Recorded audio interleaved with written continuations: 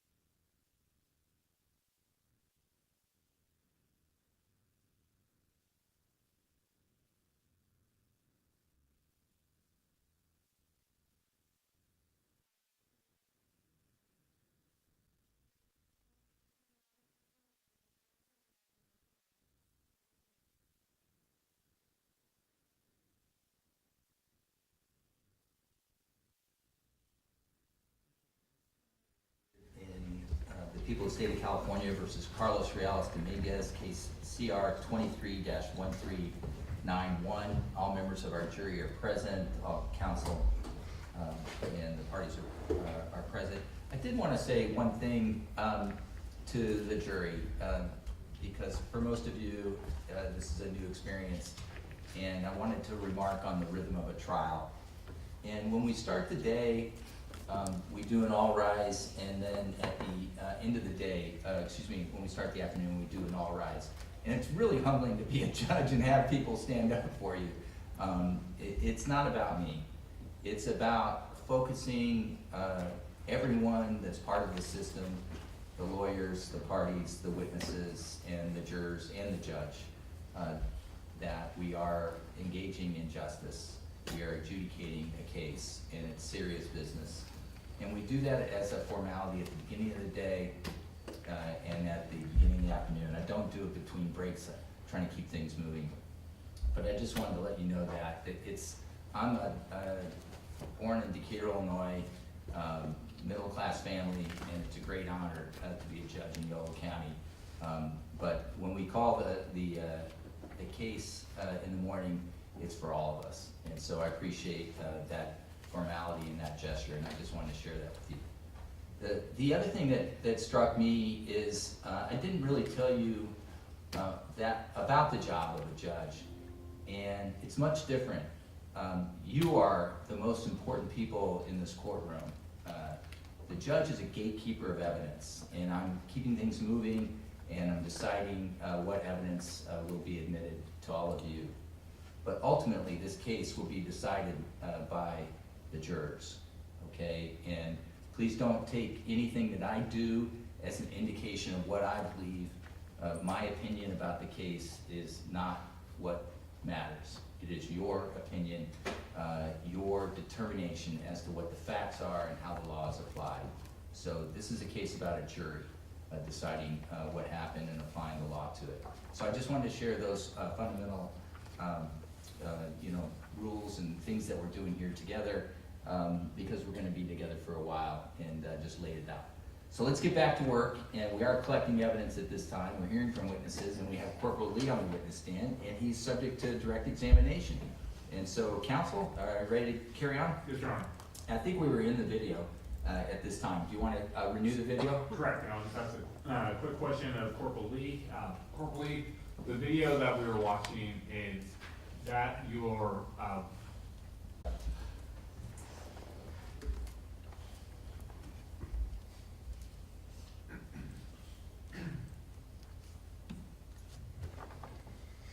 Get a statement? 51 is with me. All other units, go ahead and start circulating west of 113, please. I'll give you further in a second. This could very well be a 187.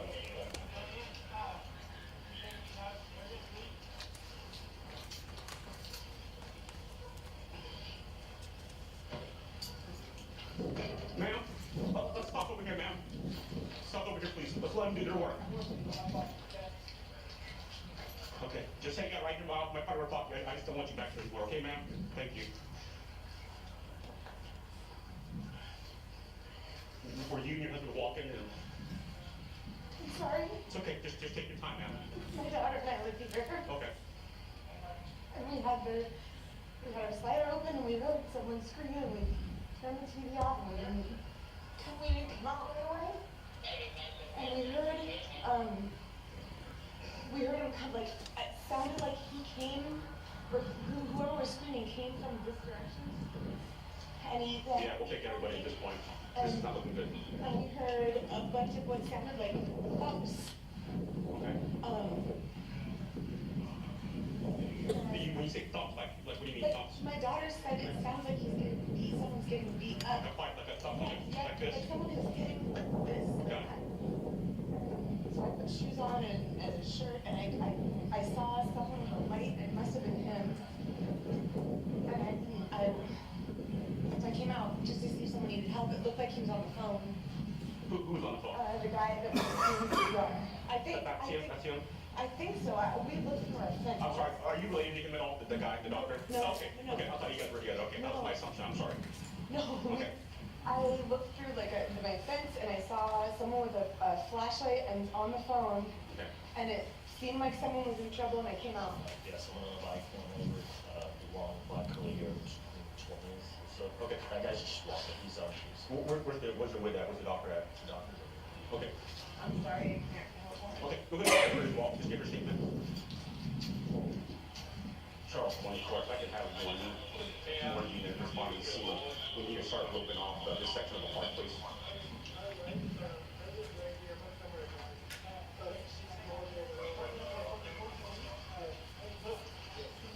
Sir, doctor, come over here, sir. I know you talked to my partner, but obviously you are a very important witness. Just real quick, before you go back home, just describe to me the guy one more time, please. You said Hispanic male, white male? I don't know if it's Hispanic. He might Okay. have been white, Light skin? light skin, but his hair, he has kind of like almost like permy, long black hair. He had a white cap that he was carrying to put on. White cap, like a baseball cap? No, more like A watch cap, or? you know how people who ride professional bicycles, they've got the smaller cap? It's like a small white cap, Okay. not a baseball cap. I don't know how to describe it. I don't know. Kind of like a skull cap? Skull cap, right, with a brim on it. So he picked that up, and and I was like, "You guys okay? Do you have a bike wreck?" And then I saw him bleeding. He goes, "What's going on? Why are you bothering me? Leave me alone." And he took off, and I chased him, but I realized he was on a bike. I couldn't catch him. He got away. What was he wearing? If you could tell, best recollection right now. Honestly, my best recollection, he had a T-shirt, and he was wearing like a buttoned shirt that was open, like it was unbuttoned. Kind of like what you're wearing, but unbuttoned. Unbuttoned, right, but it wasn't as thick. It was like thin and flowy. When he was going away, You start moving off, trying to see the whole area here, starting at the fence line. as he was running away, he had like a kind of flowy, like shirt on. He's on his bike, and he turned only partially, and he said, leave me alone, man, what's up?" And I chased him, and then he got away. And then I came back and called 911, so If you had to guess on his age and weight, what would you say, doctor? 20 years old, Mhm. and I'm gonna guess 140 pounds, Okay. 130, thin. But how tall would you estimate, sir? Yeah, so. He's about this tall, so I'm 6'5". I'm 5'6". Yeah, I've been 5, he's a little taller than you, 5'6", 5'8". 5'8", Okay. and he went that way. Okay. I gotta ask this question. Did he strike you as maybe a transient or mentally ill or a student or anything particular like that? Any particular classification we can? No, I would say he didn't.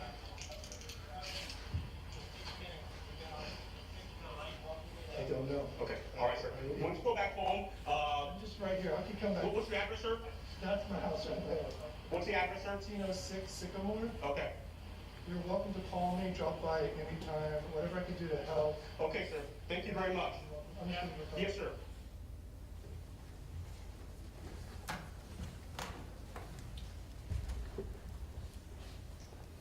And Corporal Lee, who was that man you were talking to? That was Dr. Massie. What's his first name? I don't recall offhand. The woman that you had spoken to first, do you remember who that was? I don't at this moment. Do you have your report in front of you? Yes, I do. And would it refresh your recollection to look at your report? So we can Yes. see the names? So there's our information. Okay.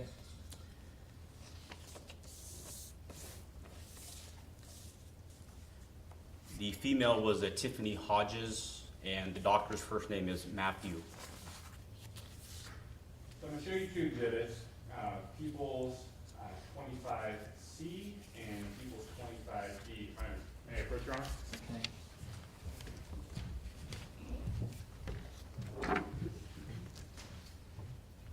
Corporal Lee, showing you 25C. Do you recognize that? Yes. What is that?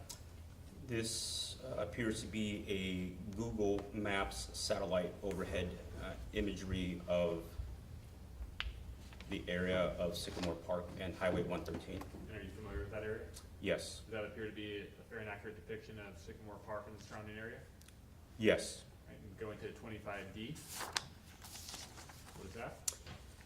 This is another Google Maps satellite imagery, but instead of showing like pictures, it's more of like a map. Okay. And just as with 25C, you're familiar with that area? Yes, And is that a fair and accurate depiction of that area, Sycamore Park and the surrounding neighborhoods? yes. So let me talk to you about Sycamore Park a little bit. About how big is the park itself, would you say? I would say it's a fairly large park. It borders Willow Elementary School. It's on the north side of the school. It has a large playground to the west. It's got lots of, it's a big grassy area for the most part. If you were to go, if you were to enter the park off of Sycamore, is there a bike path or a walking path that can take you to West Davis? Yes, Was that the path that you ended up parking your patrol vehicle on when you responded on April 29th? yes,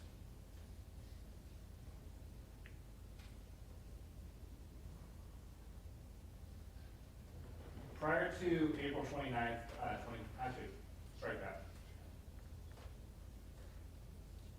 How many times would you estimate you'd been to that park at night?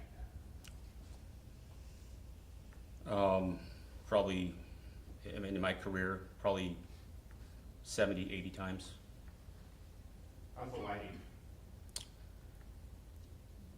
It's pretty poor. There's some intermittent overhead lighting along the path itself. But for the most part, the park itself is dark. When you arrived on scene on April 29th,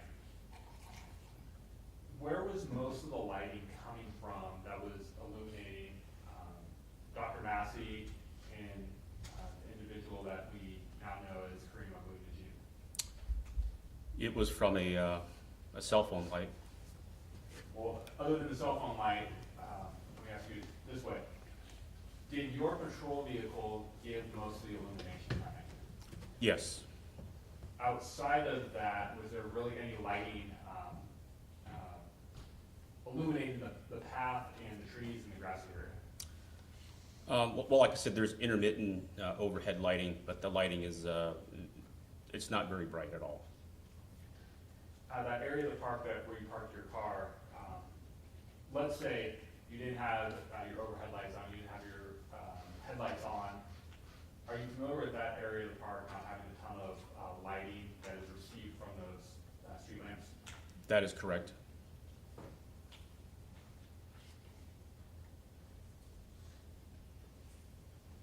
Do you have a pen up there? I have some markers up here. We happen to have a red one. Yes, I do. Could you mark with an X on both 25C and 25D where you saw Dr. Massie when you first arrived on scene? You said with a red X? Yes. Okay.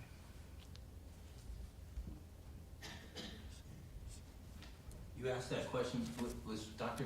Massie attending to, is it Kareem?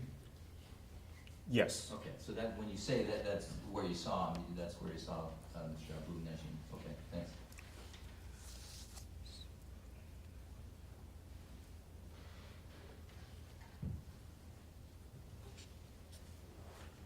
Okay.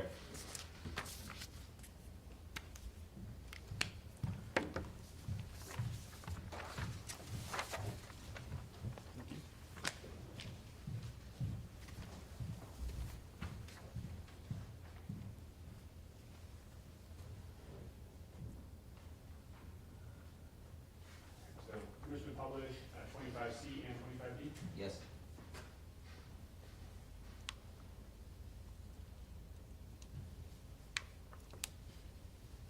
And Corporal Lee, do you happen to have the laser pointer up there? Yes. Is this one? Yeah, I charged it. Okay. And with the laser pointer, can you point to, on 25C, where you put the X?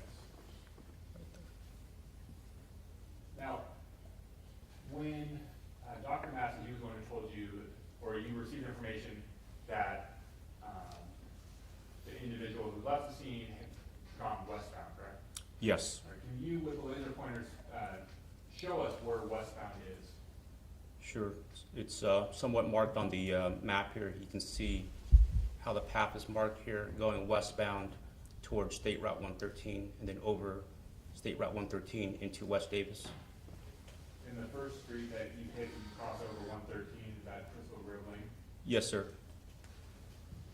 And while we have this exhibit up, can you just sort of, with a laser pointer, highlight or box the area of the park, the full area of the park? Sure. As you can see, there's residences on the north side. I'd say probably about 15 feet north of the scene here. So starting top left-hand corner, I would say the park starts here, goes all the way to Sycamore, goes south to the school grounds, goes back west towards 113, and then north again along 113 to where it begins to cross 113. Thank you. And showing you 25D.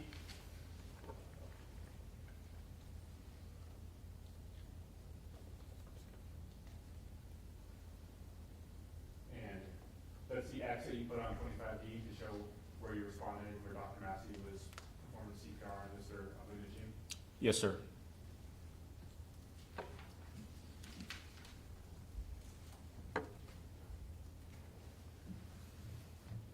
When you responded to the scene,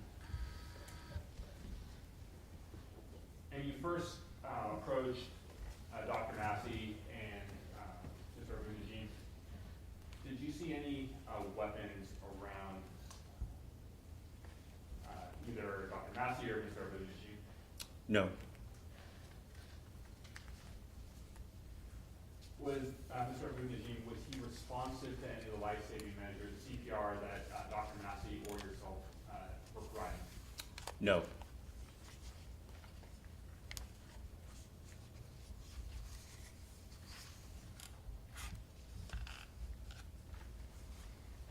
Any corporal, no further questions? Okay, thank you, Mr. Demora. Mr. Hutchinson, Cross? Sir, did you conduct any investigation yourself on the opposite side of 113? No, sir.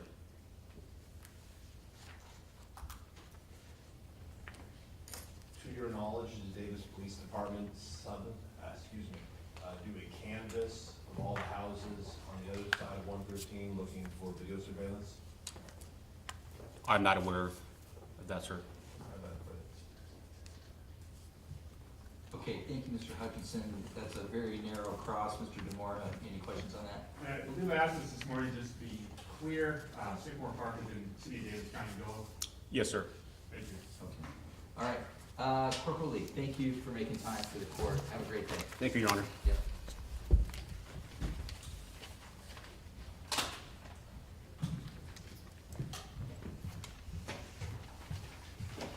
Mr. Demora, witnesses?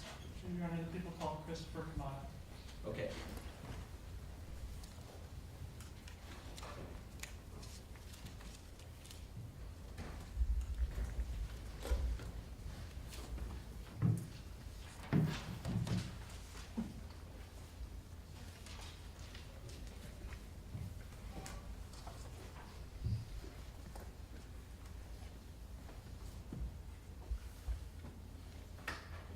Counsel, I'm going to ask you to step aside.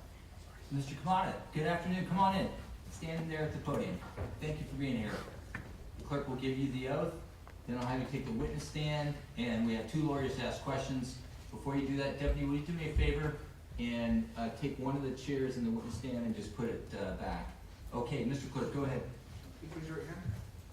You do solemnly swear to you're about to give and the cause nothing for the court, so be the truth, the whole truth, and nothing but the truth. Thank you. You be seated.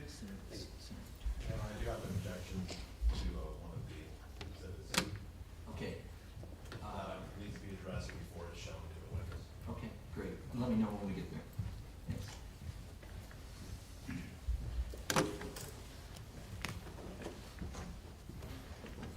State your first and last name for the record, and spell the vote. First name Christopher, last name Kumada, Chrisstopher, last name spelled Kumata. Okay, thank you. All right, and then Mr. Vanderhook, I take it that Mr. Hutchinson told you which exhibit he had a question about, Yeah. objection to? Yes, Your Honor, Okay, and so can we cover some ground before we get to that point in time? we can. Okay, awesome, direct. Thank you. Good afternoon, sir. Good afternoon. What's your job? I'm a forensic systems analyst at the Yolo County District Attorney's Office. Is it a peace officer position? It is not. And who's your employer? The Yolo County District Attorney's Office. And so you work for the same office that I do? That's correct. Do we work in the same building? Yes. And are you a salaried employee? Yes. You get paid extra for testifying in court? No. And how long have you been employed as a forensic systems analyst for the DA's office? A little over 3 years now. And what are your job duties there? So my job duties include performing digital forensic services, including or involved with criminal investigations within Yolo County and for Yolo County law enforcement agencies.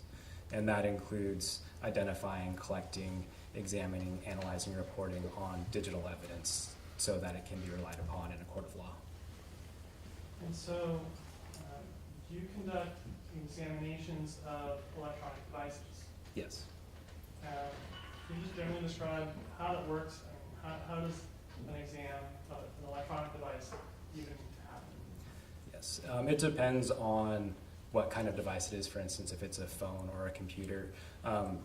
Essentially, we try to obtain all of the data from whatever device it is without impacting or without interacting with the device as much as possible, so we preserve the integrity of the evidence.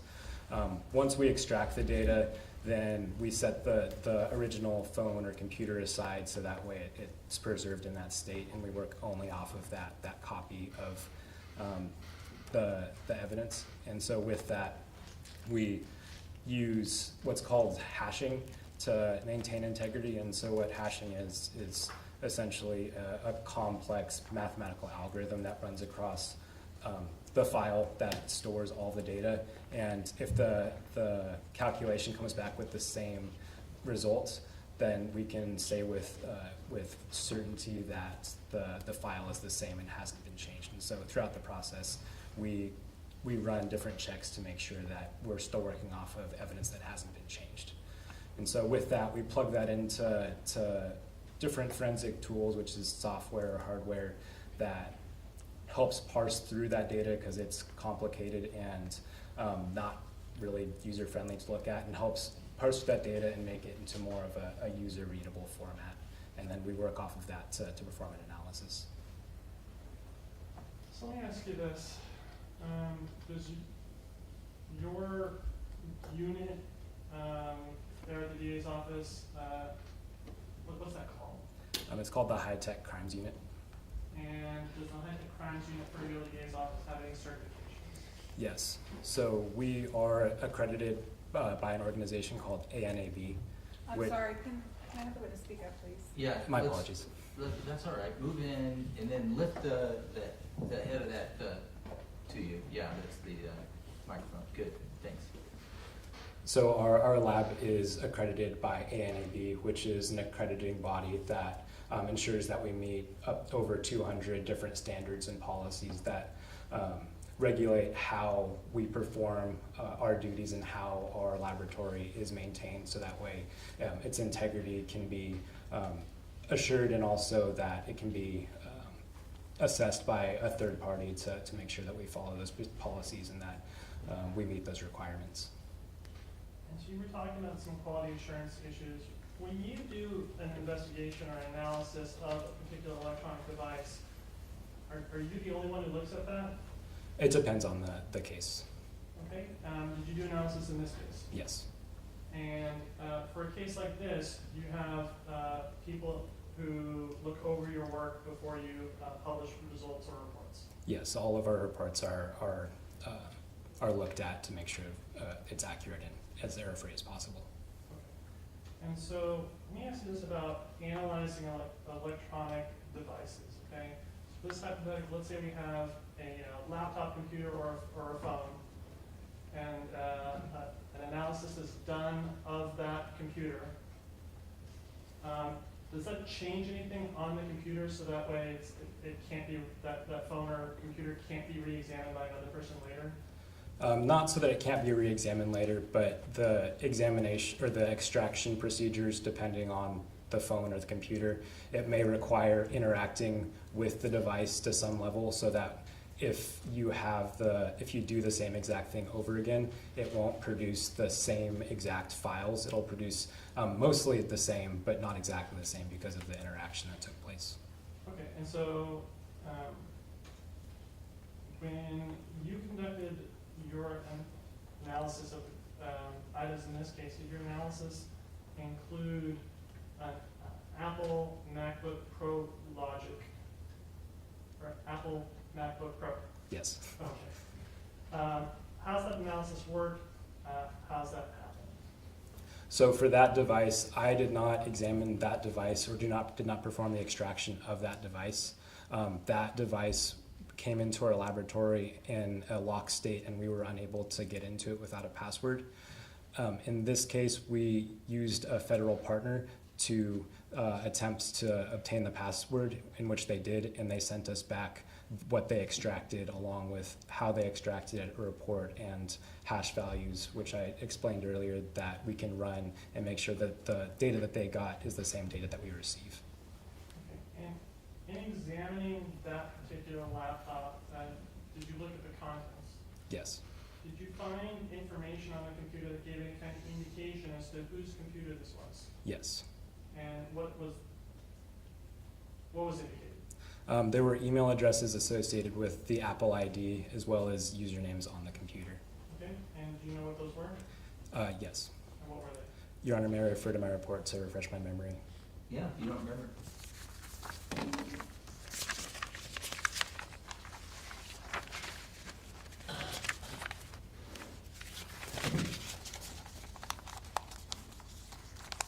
So the username for the computer was CarlosReales, and there were 3 different accounts that were associated with that computer. CarlosReales02 at iCloud.com, Carlos.Reales00 at gmail.com, and GREEDOFTHEINGRATEFUL14 at gmail.com. And when you were looking at this device, were you able to examine the browsing history for the computer? Yes. And did you find browsing data from the time frame of late April and early May of 2013? Yes.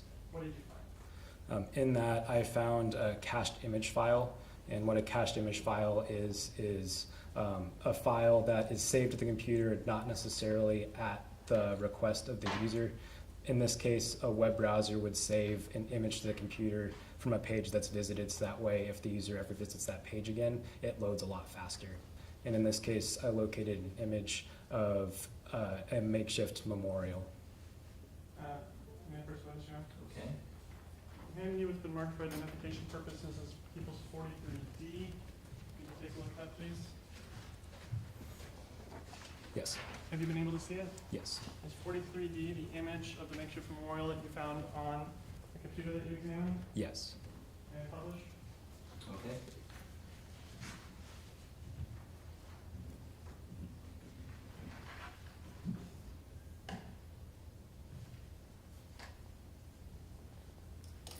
So this image, can you tell what websites were being visited or what was being accessed that could have resulted in this image showing up on the computer you were examining? Yes, through some correlation. And what were you able to determine? So at the same time that this file was saved to the computer, it coincides with the web browsing data that shows the different sites that were visited, and at that time, the UC Davis website was being accessed, and it was a long URL, but it was from the UC Davis domain. And from the UC Davis website information, could you make any determinations as to what was being accessed on the UC Davis website? Yes. And what's that? Your Honor, may I refer my report again to refresh my memory?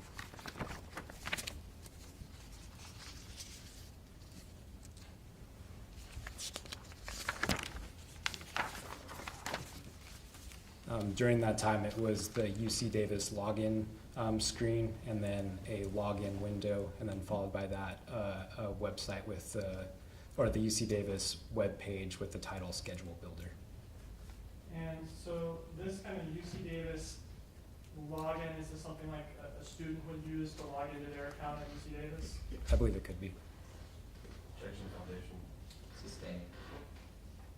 Is it a login for the UC Davis website, or a user can log into the UC Davis website? Yes.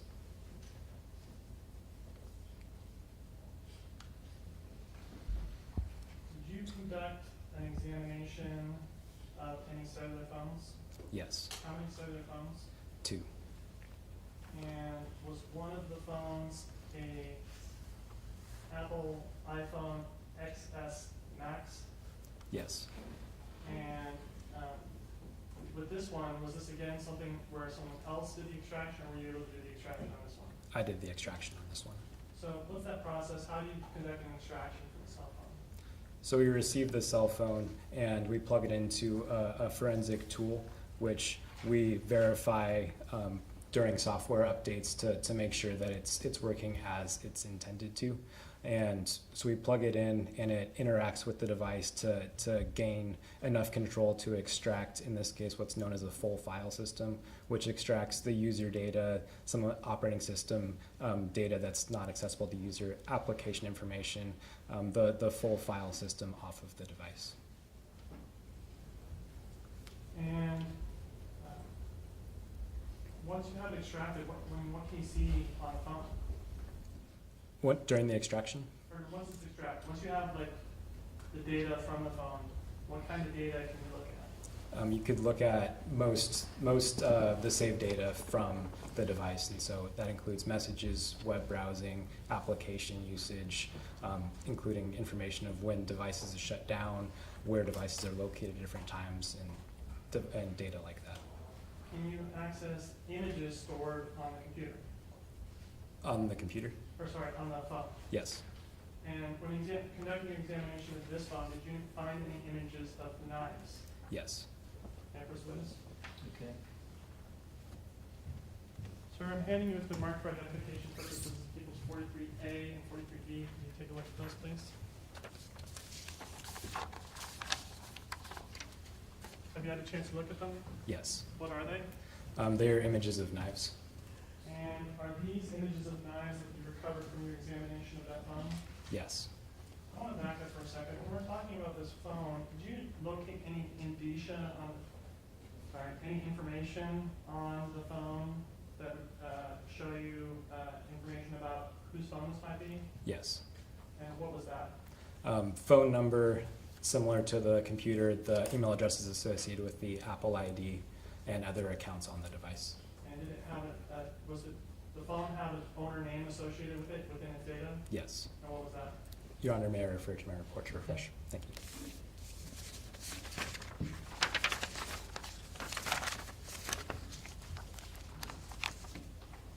The owner name is Carlos, C-A-R-L-O-S, Reales, R-E-A-L-E-S. And regarding these two images, may I publisher? Okay. So I'm going to show you the first one. And this is People's 43B. You can see that, sir?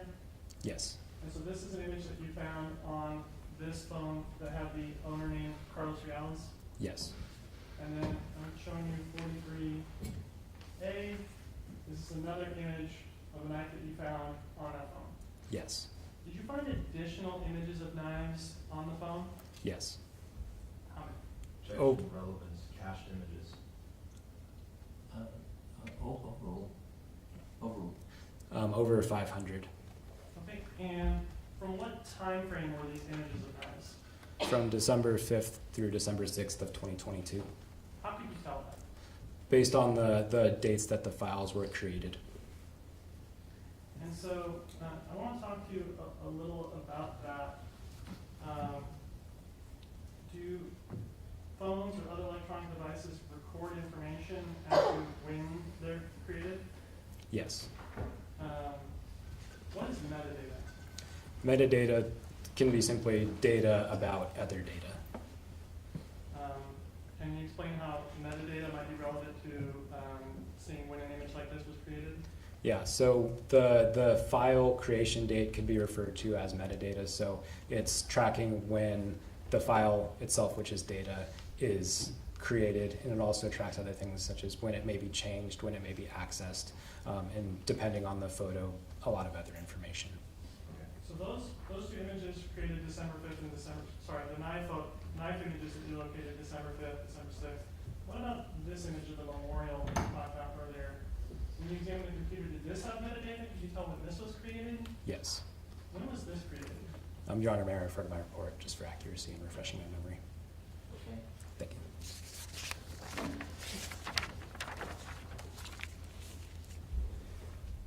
It was created on May 3rd, 2023 at 6:11 and 14 seconds, which is UTC time. Okay, 6:11 and 14 seconds AM or PM? PM. And what's UTC time? UTC is a time standard, which it also can be referred to as, sometimes can be referred to as different time zones, although it is different. So the UTC time format is corresponds with Greenwich Mean Time, where in the Pacific it can be UTC -7, which is the Greenwich Mean Time, but 7 hours earlier or 8 hours depending on the time of year. So if we had this time of 6:11 UTC, could we convert that to Pacific time to understand what the time it was in California when that image was created? Yes. What would that be? I would need to refer, I am bad with remembering with daylight savings, if it's -7 or -8. Stipulate that at 7. Thank you. So if it was created at 6:11 PM, what would it be in Pacific time? It would be 11:11. Thank you. Okay, let's go back to these images of the knives and the different knives that you located, images of knives on there. Were you able to tell where they came from on the phone, as far as like what was being accessed or what websites they came from? Yes, all of the images came from folders that belong to the Amazon application. And so are these images of these knives, as well as the other knife images that you saw, consistent with someone doing some shopping on Amazon and looking at different images of knives? It appears so.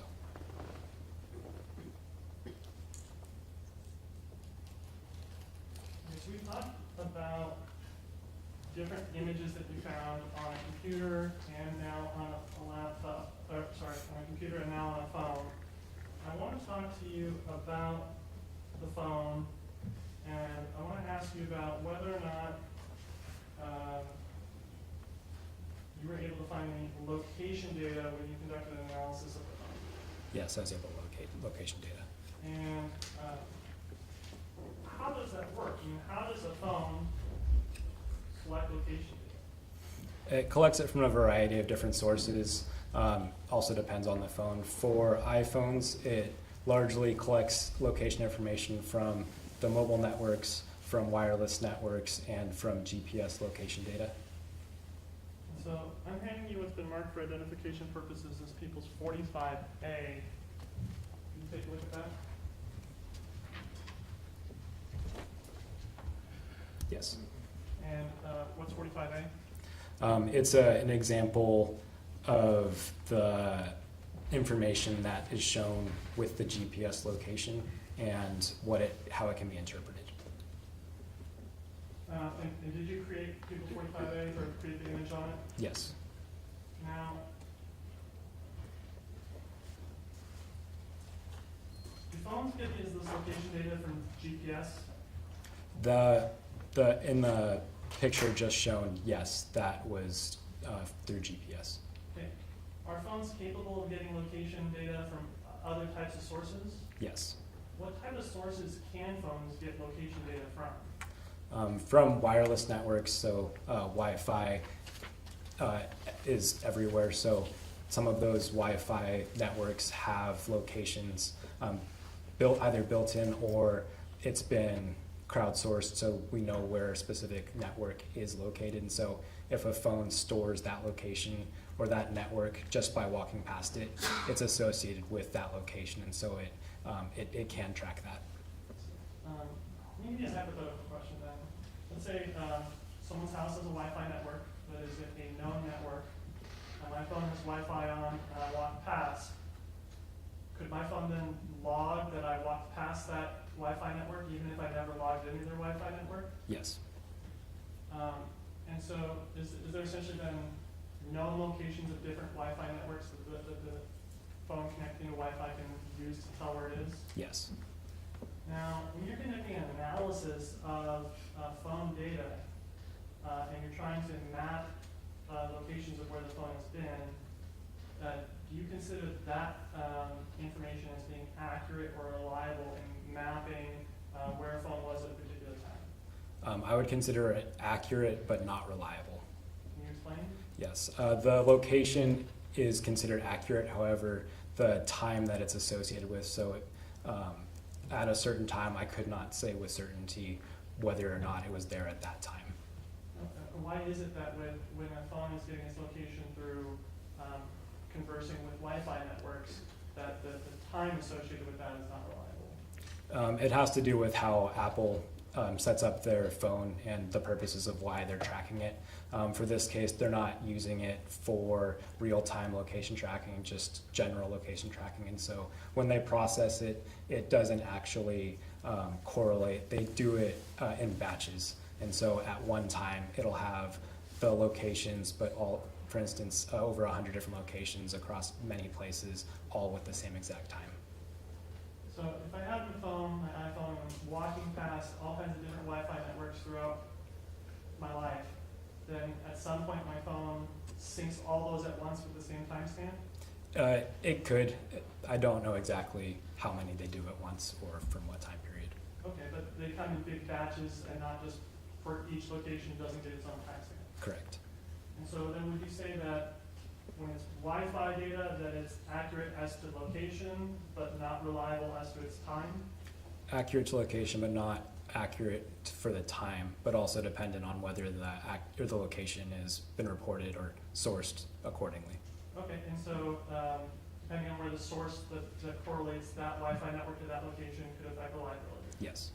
So when you're generating your reports, do you rely on this kind of Wi-Fi data then, given that it seems to have some unreliability issues? Not for real-time location tracking. Okay, and when you created your reports in this case, did you rely on any of that kind of Wi-Fi data to create your location tracking? No. Okay, so can a phone tell where it is based on cell towers? It can. Can you explain that? So the cell towers can be used for location tracking based off of communication times or what time it's located or where it's located, how quickly the signals or the communication is able to happen or how far away it is. And so it generally tracks where based on cell towers. And so is that kind of cell tower information, is that something that's accurate and reliable? It's accurate in general, but it's hard to pinpoint exact locations. It's easy to say within a large area, this is generally where the phone was, but it's hard to pinpoint with a degree of certainty where exactly that is. So if you had a cell tower data point and that was in the city of Davis, would you be able to use that to infer that the phone is somewhere around the city of Davis? Yes. But would you be able to use it to infer where specifically in the city of Davis it was? No. And so is that kind of data where it's very vague as to location something that you included in any of your reports that you prepared for this case? No. Now, the data that you did use, is it located in a specific area of the phone? Yes. And what is the type of data that you're using in your reports here if you're not using the Wi-Fi data and you're not using cell tower data? GPS data. And is this data that is both reliable with location and with time? In this case, yes. And is there a certain file path on the phone where this location data is stored? Yes. Handing you what's been marked for identification purposes as People's 45. Can you take a look at that for me, please?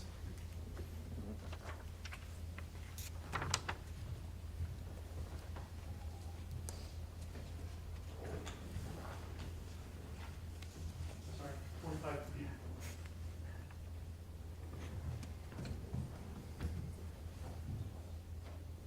Yes.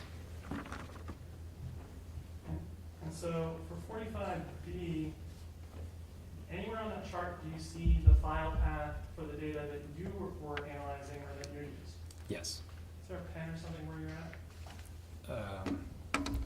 Markers.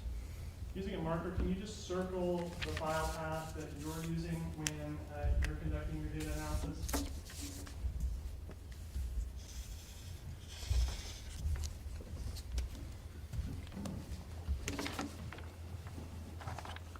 Thank you, sir. Okay, so when you're getting these kind of location points from the data, what information does it give you? Does it just tell you this point and nothing else? No, it provides a lot of information, including the GPS point, the timestamp associated with it, the degree of certainty where its position is, as well as the degree of certainty of the elevation of the device and a few other fields as well. Okay, and so does it provide a timestamp? Yes. Does it provide a position? Yes. And does it provide something called horizontal accuracy? Yes. What is horizontal accuracy? Horizontal accuracy is what Apple uses to estimate how sure that location is. In this case, it's stored in a table that provides a single number, and that number refers to how far away from where the GPS location is, provided how far away that pinpoint could be. And so sometimes for instance, it could give a 20, which refers to 20 meters. So if the point is where I am, that 20 meters refers to 20 meters in any direction is where the location of the phone is. So we talked earlier about People's Exhibit 45A, and I showed that to you. May I publish it? Okay. 45A, GPS data.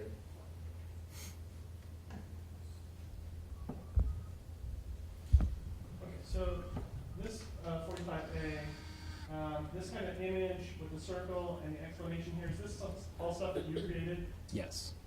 And so for this particular one, did this point actually come from the phone that you were analyzing? Yes. So this isn't just an example that you use in all cases, this is one specific to this analysis. Yes. And so this point has a timestamp, Yes. it has a position, Yes. and horizontal accuracy. Yes. So here, for the timestamp, here you have the time with UTC -7. Does that mean that this is Pacific time, or that this is the Greenwich Mean Time stuff? This means that it's in Pacific time. Okay? And so for this GPS coordinates position, are you then using that to plot where this point is on a map? Yes. Now this horizontal accuracy, what is that? So that would be the line that comes out of the pin on the map. And that would be the radius of the circle. Okay, so the pin that's on the map, does the pin mean that that's where the device is, exactly where the pin is? No. Then how do we know where the device is? The device is somewhere in that circle. Okay, so the device is saying that it's somewhere within 20 meters of that point? Yes. And so this is horizontal accuracy, and your circle goes more than horizontal, it goes in a full circle. I mean, does horizontal not mean horizontal in this case? Apple has called it horizontal accuracy and chosen to refer to it in that way. Okay, you didn't create that image. Correct. And so this horizontal accuracy is actually just a circle and it can be anywhere within the circle. Yes. All right, so looking at the data that you analyze for the phone, I'm going to hand you with an identified, been marked for identification purposes, tables 45.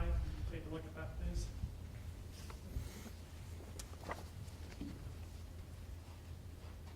What exhibit is this? 45, with no letter.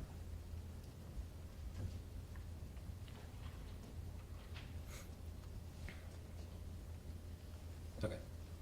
All right, and do you recognize what People's 45 is? Yes. And did you create the images that are within People's 45? Yes. And so from this phone that you conducted the analysis of, were you able to plot points from April 25th, 2023 and forward? Yes. Now, how far back does this location data go? I mean, could you use this location data to map what someone was doing a year or 2 years ago? No. Can you explain why not?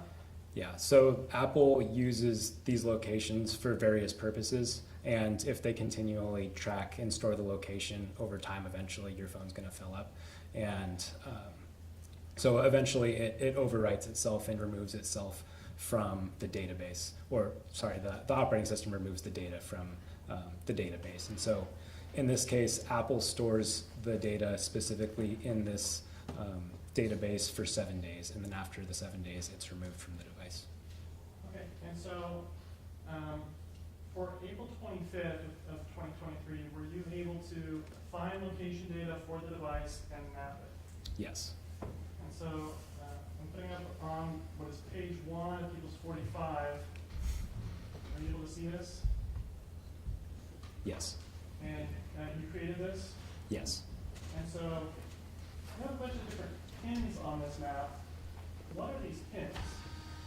Each pin corresponds with an entry in that database that has the GPS coordinate, the time, and the horizontal accuracy. Okay, so I'm going to pause you there. We talked about different types of location data. Which one of the different types of location data that we talked about are you using when you're creating an image like this? GPS location data. Okay, and so this is that information that you talked about as being reliable both for position and for timestamp? Yes. And so the example that I showed you before with the kind of circle on it had a horizontal accuracy of 20 meters. Do you just click all points on this chart regardless of what their horizontal accuracy is? No. What kind of limits do you put on the horizontal accuracy for actually plotting the point on a chart? In this case, I chose 65 meters or less for the horizontal accuracy. Okay, and so using 65 meters, does that mean that the actual location of the phone is not necessarily at the pin, but somewhere within 65 meters of each pin? That's correct. All right, and using the 65 meters, are you then able to get a pretty close approximation of the movements of that device? Within 65 meters, yes. Okay, and so for your analysis on April 25th, what were you able to see the device doing, or what kind of movements on the device did you map on this figure 1? On the figure, I mapped the times that the device was either not moving or in movement, and so in this case, from 4:26 a.m. to 1:26 p.m., the GPS coordinates were at the address, or at or near the address 762 Hawthorne Lane. And moving from that, at 1:26 or around 1:26, the phone began logging that it was moving in the direction towards Kleber Hall. And at 1:43 through 1:49, there's several different entries at that single location. And then from 2:49 to 2:55 p.m., the device has entries that show it moving towards Wellman Hall on the UC Davis campus. And then at 2:55, between 2:55 and 3:30, there are several entries that show it at or near Wellman Hall. Now, before preparing this exhibit, were you provided with Mr. Dominguez's class schedule? No. And so this is just strictly information that you're getting from the phone. Yes. Okay, turning to page 2 of People's 45, what is this showing in figure 2? It's showing the locations of the device from this database on April 25th, 2023 between 3:30 p.m. and 11:49 p.m. Okay, and so this is kind of picking up where the last chart left off and going all the way till kind of the end of the day. Yes. And where is the phone then approximately at the end of the day? At or near the address of 762 Hawthorne Lane. And so then, turning to page 3 of People's 45, what kind of data did you find for April 26th? No data. And so, what does that indicate to you when you're getting no location data for a device like this? It could indicate a number of things. It could indicate that the data wasn't recoverable. It could indicate that Apple decided not to log data for that specific day. It could indicate that the device was off or that location services were turned off.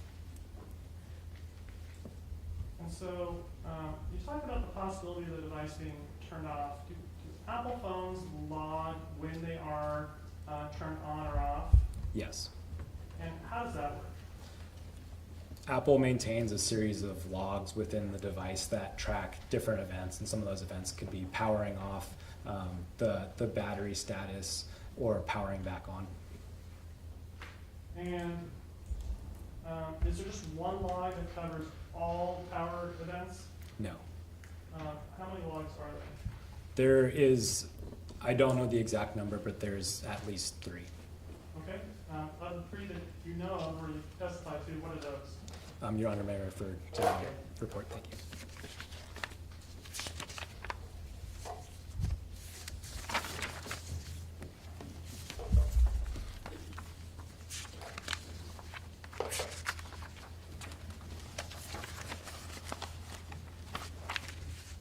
The log file names are MOBILEACTIVATION.log.0, and then it's a series of logs that is the same file essentially but split into different ones, and so it also includes the same name, but instead of .0 it's .1 and .2. There's also a log called the shutdown.log. There's also logs that are stored under the name logd.0.log, and then that also can continue out and be referencing the same type of log, except for storage purposes it names it .1 instead of .0. Okay. Let me rephrase this a little bit. Is there different logs for when the user powers off the phone versus when the phone senses that the battery's expired and it's shutting itself down? Some of the logs just record whether it's powered off or powered down, and not whether or not how it was powered off or powered down. But there are other logs that show if it powered down by a battery failing. Okay, so let me ask you this: for the log that says whether or not the phone is powering off due to battery failure, how far back does that go? It goes back, it's an unsure amount of time. It only recorded up until around, I believe, April 20. Your Honor, may I refer to my report just to refresh my memory? Thank you.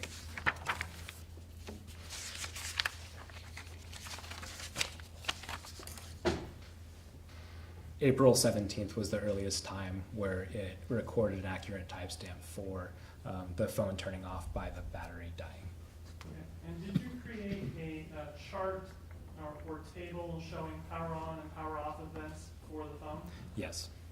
And so I'm showing you what's page 12 from People's Exhibit 45.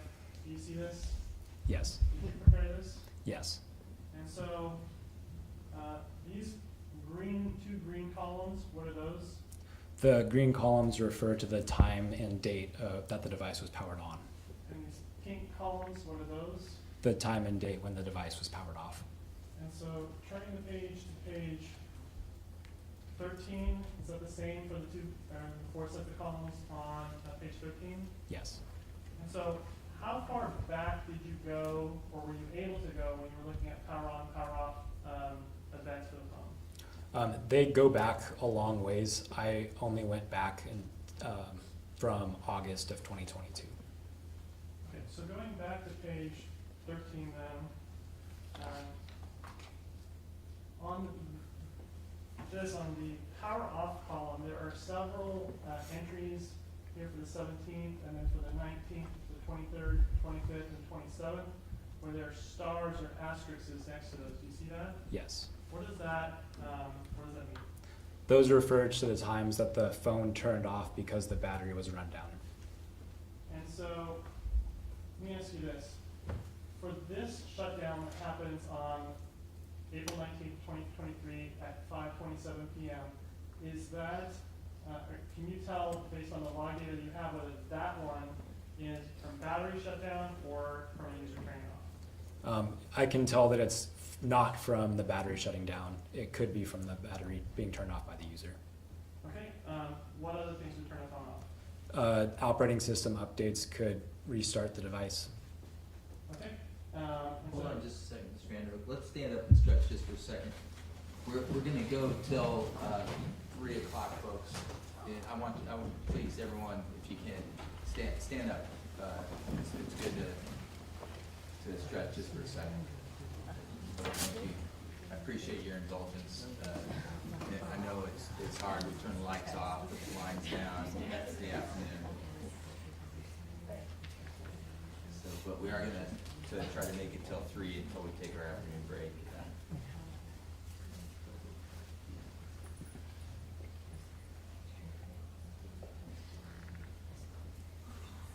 A lot of times I talk about the courthouse. I was on the design committee, and we try to get as many windows into the courthouse as possible within our budget, okay?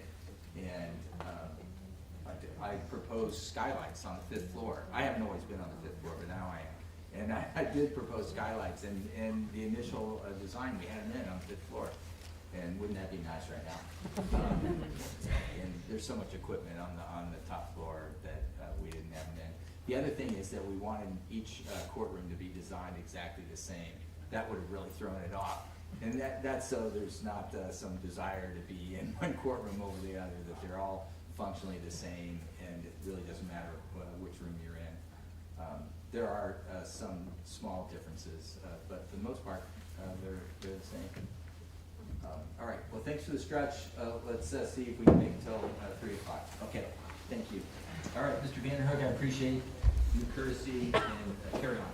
Okay, so let me ask you about the times. So for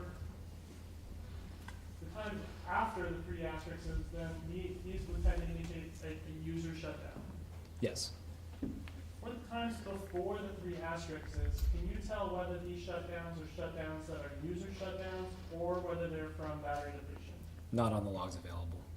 And so could some of the ones before the 3 asterisks be battery level shutdowns, but you just don't have the log for that? Yes. And so for before the 3 asterisks, we know the phone is shut down, but don't know whether it's like a user or update restart or battery. Yes.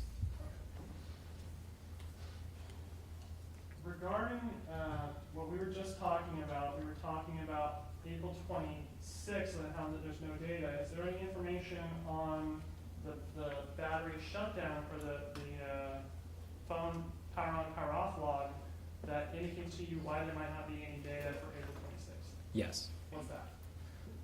On the right-hand side, do I have a laser pointer here, Your Honor? Yeah, you can use the pointer, sure. Here on April 25th, 2023 at 11:49 p.m., the phone was shut down, and the next entry for power on was April 27th, 2023 at, I believe, 4:57 a.m. So I want to ask you about these times. We've talked about different times on the phone being reported in Pacific time, like actual California time, versus UTC times. The power log times here on this chart, are they being reflected to us in Greenwich Mean Time, or is this Pacific time that we're seeing. This is Pacific time. And so on page 2, you had no data after 11:49 p.m. And is that consistent with this kind of indication that that's when the phone was turned off? Yes. And so this green column here of April 27, 23 tells us that the phone was then powered on again at 4:57 a.m. Yes. So I'm going to go forward to page 4.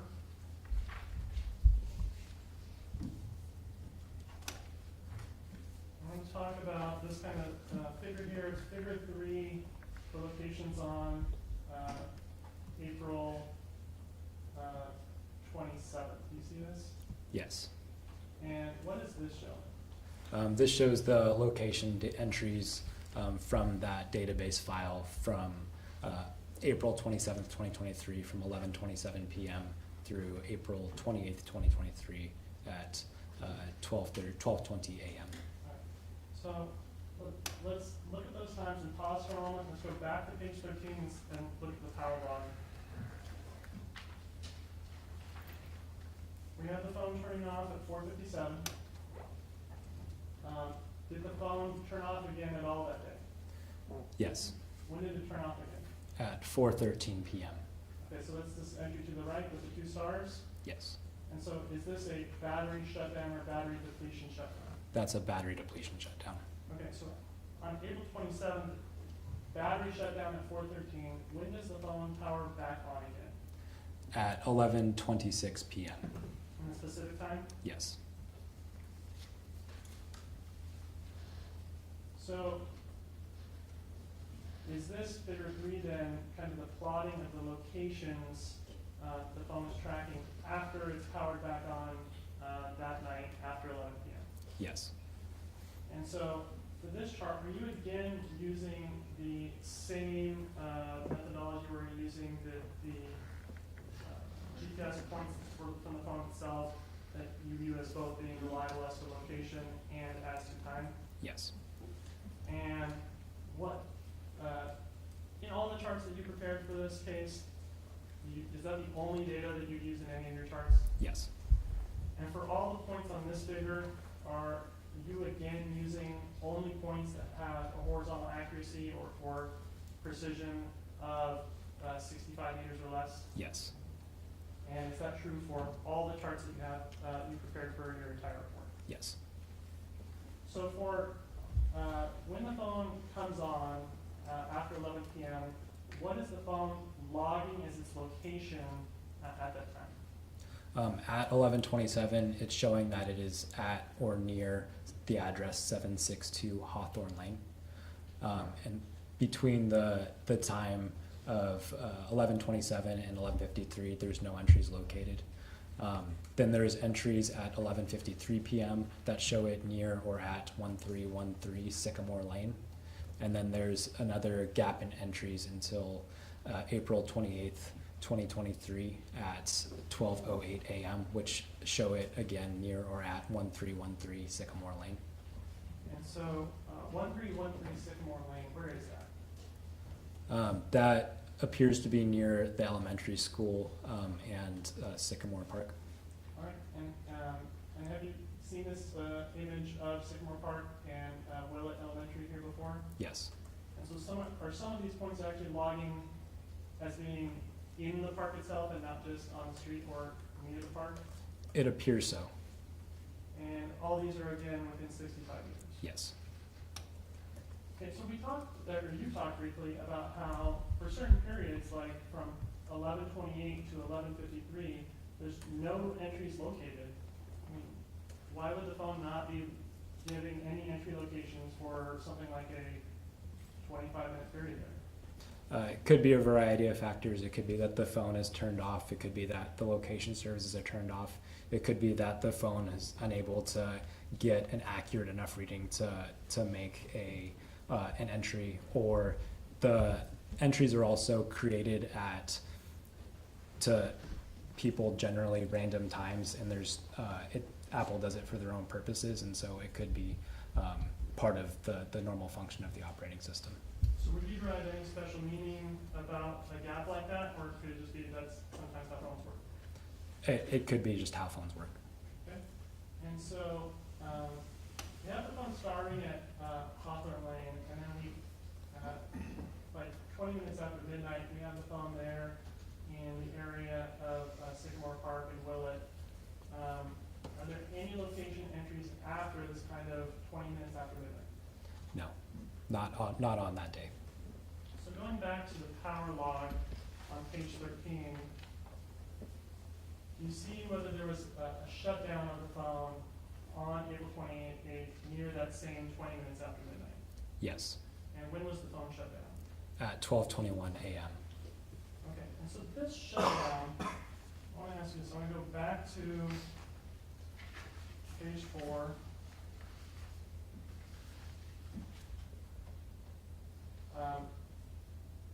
What is the time of the last entry that you have at or near Sycamore Park that this phone is reporting that I'm at or near Sycamore Park? At 12:20.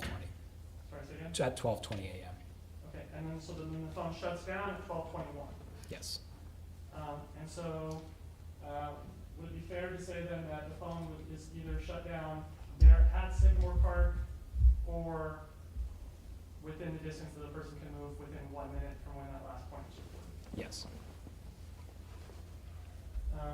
Is there any information from the phone as to what it's doing after 20 minutes after midnight? Not that I recall. Okay, why would the phone, strike that. Okay, so the phone shut off at 21 minutes after midnight. Do phones record data when they're shut off? Not recorded and logged.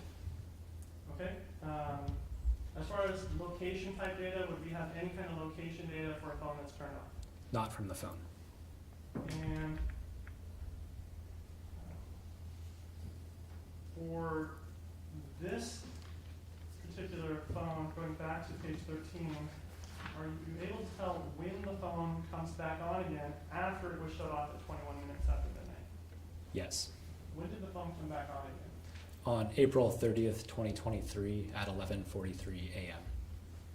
Okay, so going back, I'm looking, we're going to go from page, we're just at page 4, we're going to go to page 5. For April 29th, did you locate any data showing any location for the phone on April 29th? No. What about for April 30th? I'm advancing that to page 6, and this is figure 4. Yes. Okay, where is the phone showing that it is on April 30th? Near or at 762 Hawthorne Lane. So here, you have no entries located between midnight and 11:43 p.m. Did you Yes. see that? Yes. Is that kind of consistent with what we saw on the power log? Is the phone being off from midnight to 11:43 on that day? Yes. And so all the locations that you have for this day, April 30th, are all at 762 Hawthorne. At or near. So within 65 meters of the different points you're logging. Yes.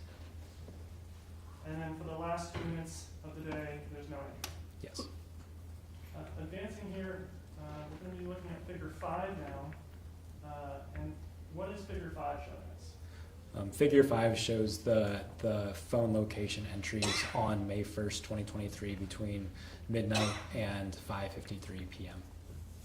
Okay, and so this is midnight on the night of April 30th turning into May 1st.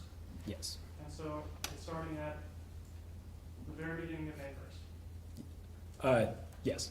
Okay, and where does this data show that the phone is moving once it is moving around 534? It's moving towards the address of 205 California Avenue. Okay, and do you know when it's there? Not off the top of my head, no. Okay. From what you've seen, is it on the EC data standards? Yes.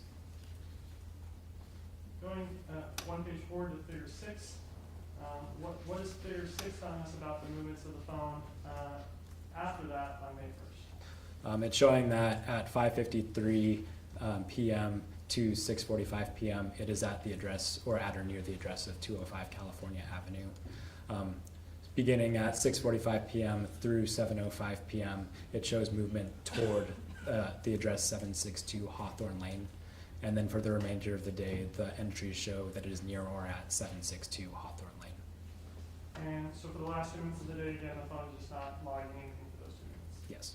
I want to ask you a question of, sorry, try that. I want to advance one page to figure 7. So now we're in the next day, April 2nd, or sorry, May 2nd. What does it tell us about the movements of the phone on May 2nd? From the beginning of the day until 9:28 a.m., it shows that the device is near or at 762 Hawthorne Lane. I'm going to pause you there. So going back one page to figure 6, we have the phone at or near Hawthorne Lane from 7:05 p.m. to 11:58 p.m. So if we continue that into the next day, we actually have then the phone is at 762 Hawthorne from about 7:05 p.m. on May 1st all the way until 9:28 a.m. on May 2nd. Yes. Okay. So I'm going to give you a hypothetical question here. If there's an incident that happened somewhere on May 1st, 2023 at 11 to 11:30 p.m., where's this phone saying that it is during that time frame? The phone is saying that it is near or at 762 Hawthorne Lane. Okay, and that would that be consistent with being left standing still at a location versus being carried around? It's not moving from that location. All right. So going back to figure 7 on May 2nd, we have the phone starting movement again at 9:28 a.m. Where does it go from there? It's moving towards the address 505 Hutchison Drive. Okay, and is it there for a while? It's there for about 14 minutes. And what happens, sorry, I'm going to advance to figure 8. What happens after that? Beginning at 10 a.m. on May 2nd, it begins moving towards 762 Hawthorne Lane, and at 10:17, it arrives and stays at or near that address until 1:57 p.m. So this is still on May 2nd? Yes. Advancing to figure 9, is there again then further movement on May 2nd for the same device? Yes. At 1:57, it begins moving again towards the UC Davis campus, towards Kleber Hall. And then at 2:13, it appears that it is at or near that device. At 2:54, the device then moves towards Wellman Hall. And at 2:58, it arrives and stays near at Wellman Hall until 3:23 p.m. And then at 3:24 and past then, there's no entries located on the device. Going back to page 13, power log, I'm looking at May 2nd. Does the phone power off on May 2nd? Yes. And what time did it power off? It powered off at 3:24 p.m. and also at 8:56 p.m. And so this 8:56 p.m. Shutdown here, is that a shorter shutdown that we're seeing on other shutdowns? I'll have to look more at the data to say for sure. Okay, so looking in here at function at 8:56 p.m. on May 2nd, can you see from the power up column when it started up again? Yes. So how long between the last entry we have for a shutdown and the last entry we have for a startup? Roughly a minute. Okay, and so would that be consistent with something like a restart of the device? Yes. Now,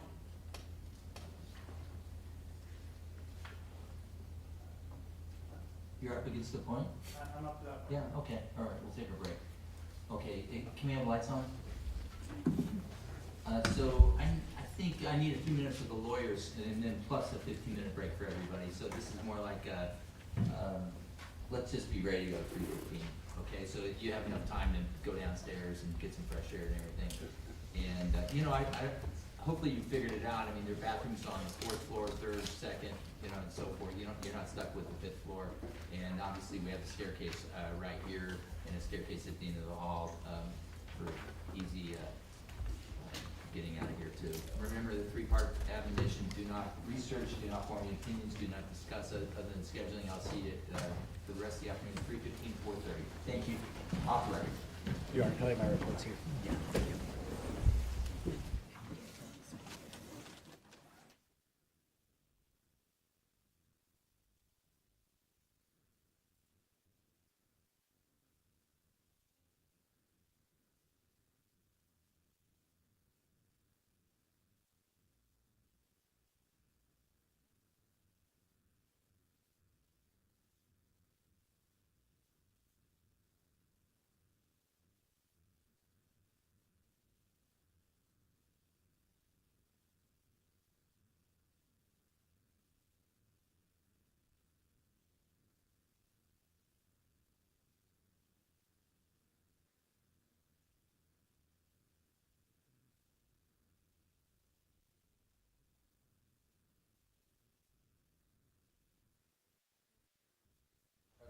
jury. I do have a witness here. Can we have this discussion in front of the witness? I would prefer not to. Okay, Mr. Kumada, you're excused. You can leave your reports here. Okay, and then,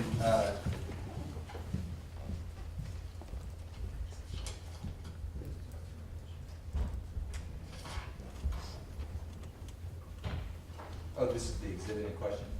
Exhibit 43C is, you want to tell me about this then, Mr. Vanderhoek? Yes, Your Honor. So 43C is a Apple note that was recovered from the defendant's phone. This is from April of 2023. No, it is not from Or sorry, April, I think it's April 22nd, 2022. So this is about a year beforehand. This is going to be lining up right with when Kaylee Gallardo breaks up with the defendant.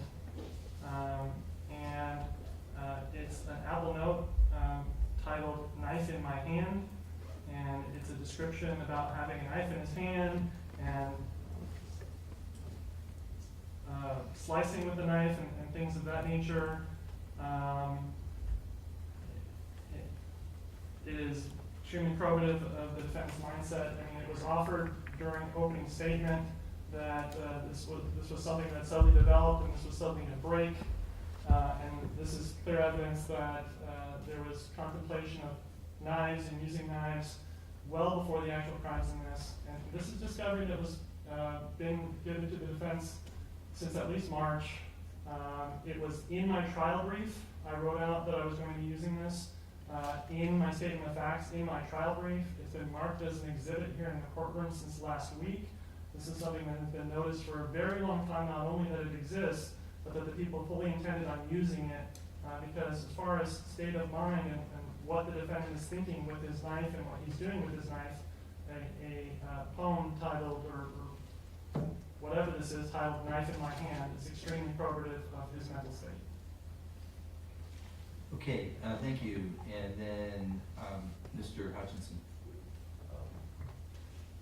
The people misspoke and said it was from April of 2023. I want to be very clear. This was, appears to be a song or a poem written over a year before, on April 6th,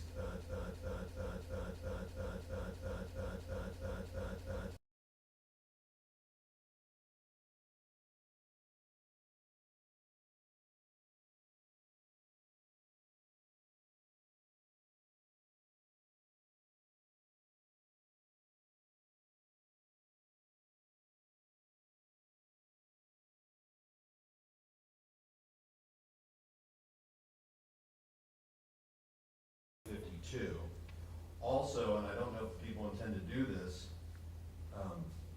Mr. Kumada went through the Apple notes and just searched for specific words like knife, and I'm not sure, without any context from what they were referenced in. And so I'm not sure if the people are going to seek to ask him about that, but I would object to that.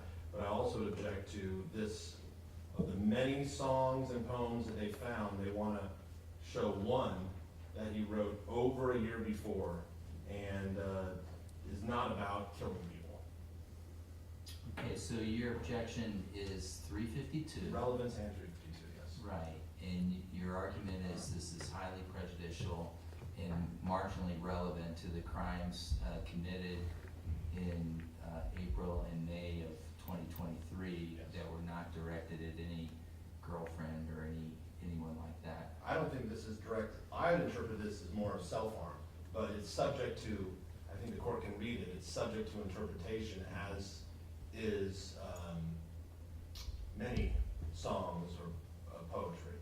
So given the ambiguous nature of this song or poem, the fact that it was written over a year before, I believe, yes, it should be excluded. I believe it has no relevance, but what minimal relevance should be excluded in 352 because it is highly prejudicial. Well, it's highly prejudicial for sure. I mean, that's clear. So then the question is balancing it against the relevance. And you're saying it's 1 year before and it has no relation whatsoever to these crimes other than the reference to the knife and or the first, I suppose stanza says slitting her shell. When I push and stroke in, I guess, I mean, it's hard to understand what that means. Hand and knife pull, and there's reference in the third stanza too, right? Okay, all right, I understand that argument. Any final argument then, Mr. Randall? Yes, Your Honor. So we did select this one. I've looked through the data from there. There is several more that I would also like to bring in, but we really tried to limit it to this one. And we also tried to flag this issue for everybody well ahead of time that we were bringing this in. But I have 4 or 5 other ones lined up that I could bring in that have very similar language. But it's actually extremely probative as to what's going on here, because in April 22, we have him breaking up with Kaylee Gallardo and then writing this about knife in my hand. In December, we have him buying a knife.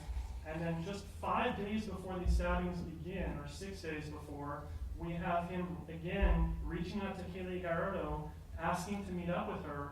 And then she's saying, no, I don't want to meet up with you. And then he no longer figuratively has a knife in his hand. After she says, no, I don't want to hang out with you, he literally has a knife in his hand. It's extremely probative as to what his It mindset would is. be probative if he attacked her, right? I mean, so you're transferring this connection of events involving the girlfriend to crimes that don't involve her. It's the rage associated with the breakup, and it goes entirely to the motive for committing these crimes, is that he is feeling rejected and that he is reaching for the knife when he's facing rejection. And it has a direct link between what is going on in his life in Kaylee Gallardo and what is going on with him and the knife. For example, he's having issues with Kaylee Gallardo, and she breaks up with him, and he writes this poem. He's struggling in school, and he has his finals, and he buys a knife. And then he's getting kicked out of school, and he's struggling with Kaylee Gallardo, and then he's actually going out with a knife. It's a pattern of when he's frustrated, when he's angry, when things aren't going his way, it's resorting to going for knives. And it's argued by the defense that it was stated in their opening, the only reason that he has this knife is for carving in logs and sticking in trees. And this directly contradicts that, because it shows that he, in fact, does contemplate using a knife to harm others well before he purchased the knife. And it's not some innocent purchase. It's not as if he is only doing it for self-amusement, that he actually has personally contemplated harming human beings with a knife prior to buying the knife, which is in direct contradiction to what was offered to the jury during the opening. Okay. Listen, it doesn't have to be decided right now. We don't need this witness for this, and if we do, we'll recall it. So, in any event, I'm just going to reserve on it. It's the first I'm hearing about an objection. It sounds like an important issue for the people. So, I want to take a closer look at the issue. And we can have Mr. Kumada subject to recall on the issue pending the ruling. So if there's any additional legal authority or argument you want to give, I mean, this is pretty basic, 352, and it's really up to the judge to balance everything. So rather than make a rash decision on it, I'll take it under submission, and I'll give you a ruling at an appropriate time so people can respond. Is there other areas that you can handle your witness, Mr. Kumada, on? I think I was about to wrap up with him, but just regarding the objection, is the court requesting that we file briefing on this, or I'm just trying to understand what the procedure the court would like? I didn't order briefing, but I'm inviting it. Yeah, sure. I mean, it sounds like an important issue, so it's always good to look at the case law on it. But I am acknowledging that this is pretty routine 352 balancing, so you may not find case law so fact specific and circumstance specific. So I just need to think more about it based on everything I know about the case. So that's where we're at. Okay? I just make one comment? Yeah, sure. The people are suggesting that this is about hurting Kaylee Gallardo, and I completely disagree with that. That was a suggestion, and so. Maybe I suggested it. I just saw the female pronoun. It references the female. Right. And this is part of my argument. It's as many songs or postcards, subject to interpretation. It was written over a year before, and he didn't buy the knife until December. Right. This was written in April. No, I get it. And of course, there's all this recent California Supreme Court authority in a different context, of course, about that the trial court should be very careful in letting in song lyrics and things like that, or poems and things like that. Of course, that's in a gang setting and it's different, but it's still, the court's mindful of that legal authority. In any event, I also received a note asking the lawyers to zoom in on text. So if you're showing a chart or something like that and you want them, I can remind them that they'll get the exhibits when they're admitted in deliberations. Okay, 15-minute break. We'll get started at 3:20, folks. Okay, thank you. Matter submitted. Off the record.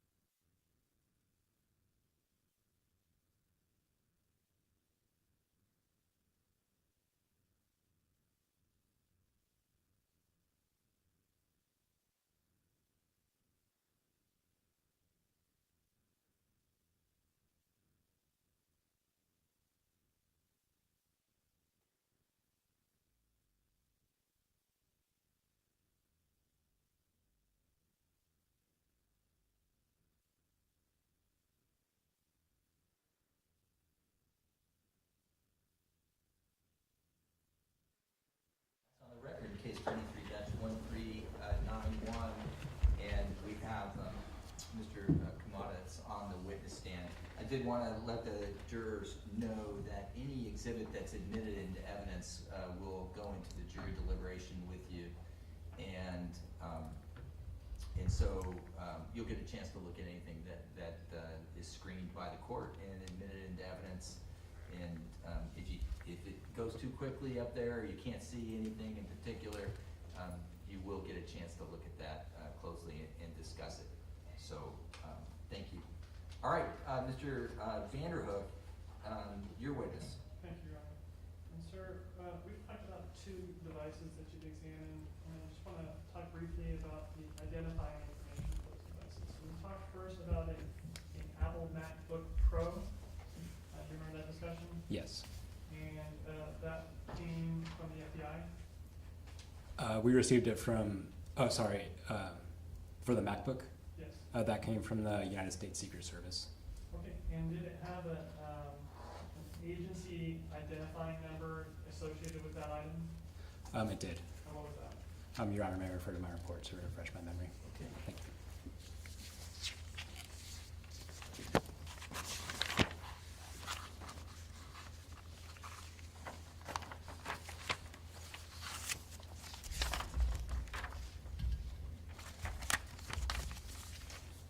It came with the identifying number FBI-44. And was there a serial number associated with that laptop? Yes. What was that? The serial number was C02VM0H9HV2H. And then regarding the Apple iPhone XS Max that we talked about, and we talked about the location data and the images found on that. Was there an agency item number associated with that? Yes. And what was that? It was a Davis Police Department agency number. Your Honor, may I once again refresh my memory? Okay.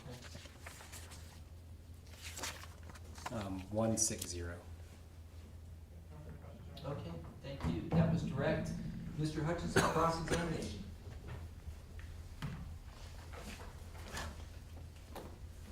Good afternoon, Mr. Kumada. Good afternoon. I'm gonna try to break this down, go very slowly. Let's talk about the phone. That was an iPhone XS Max. Yes. Did you physically inspect that phone? Yes. It had a shattered screen, Yes. and by shattered, do we mean just a crack, or was it pretty shattered? It was pretty significantly shattered. And the iPhone XS, that was available for purchase in 2018. I do not recall. Is it an older model? Yes. In 2023, was it an older model iPhone? Yes. And from your experience, as iPhones get older, do they hold a charge as long? No. Is that pretty common for a iPhone not to hold a charge as long as it gets older? Unfortunately, yes. Have you experienced that with your own iPhone? Yes. I'm convinced Apple does it to make us buy new iPhones, but that's pretty common, right, with iPhones? Yes.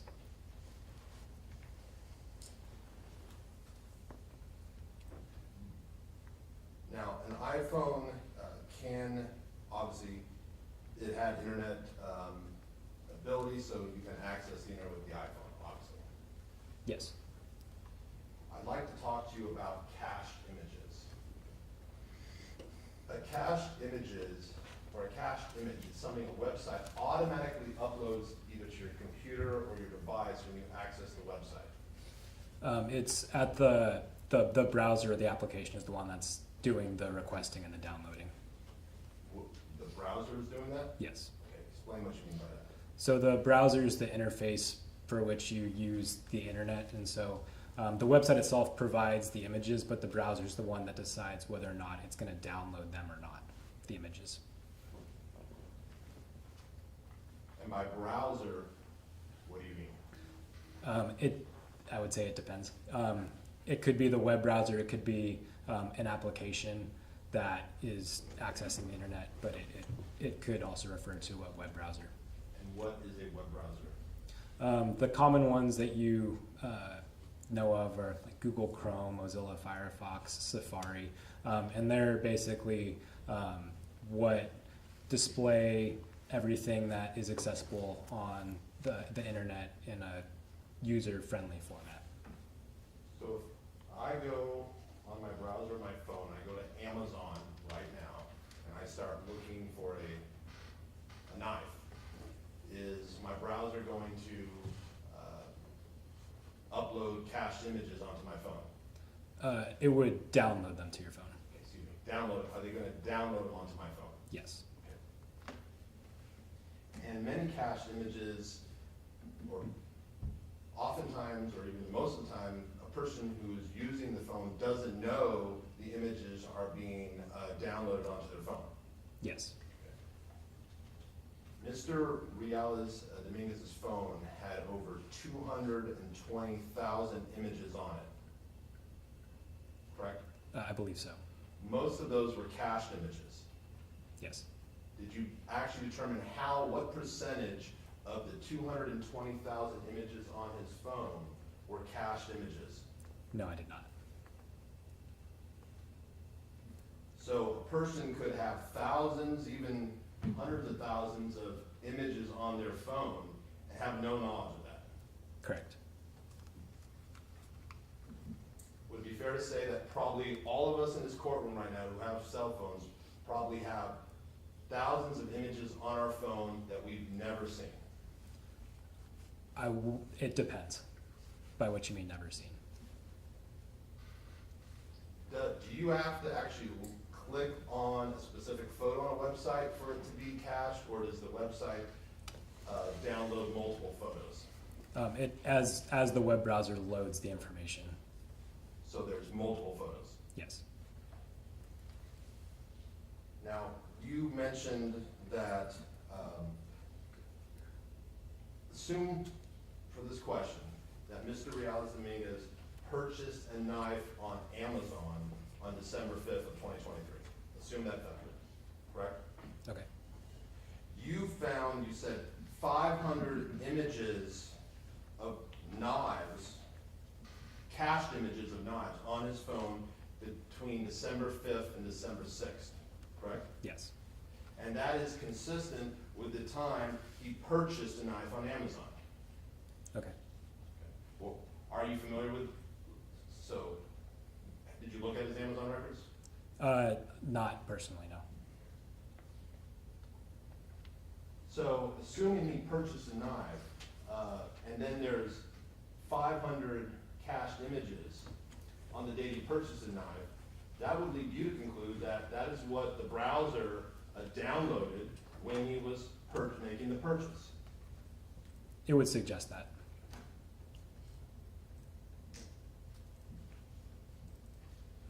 And if I were to purchase on Amazon a mop on December 20th, probably if you looked at my cache images, there would be multiple cache images of mops or similar items on that date. Likely, yes.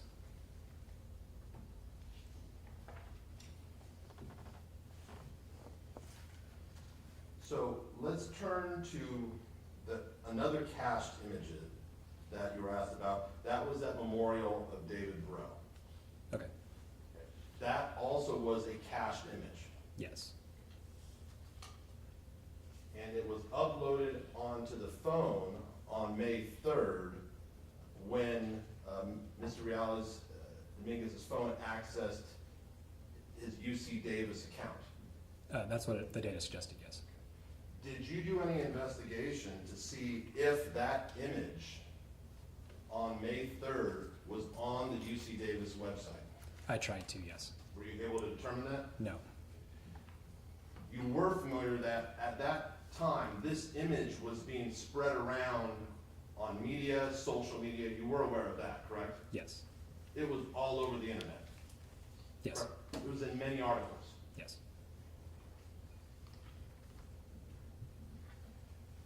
But you were unable to determine if the UC Davis website had that image on it on May 3rd.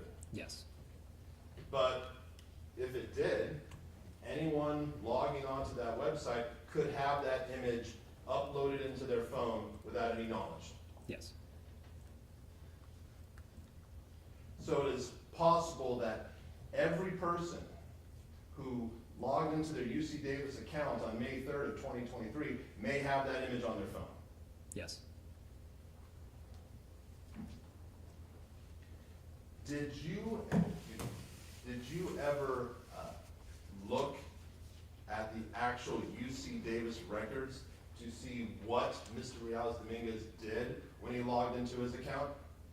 From the UC Davis side? Yeah. I don't have access to the UC Davis side. So you've never actually seen the records of what he did when he logged into that account on May 3rd? I've seen the records of what he did from that his browser recorded. Okay.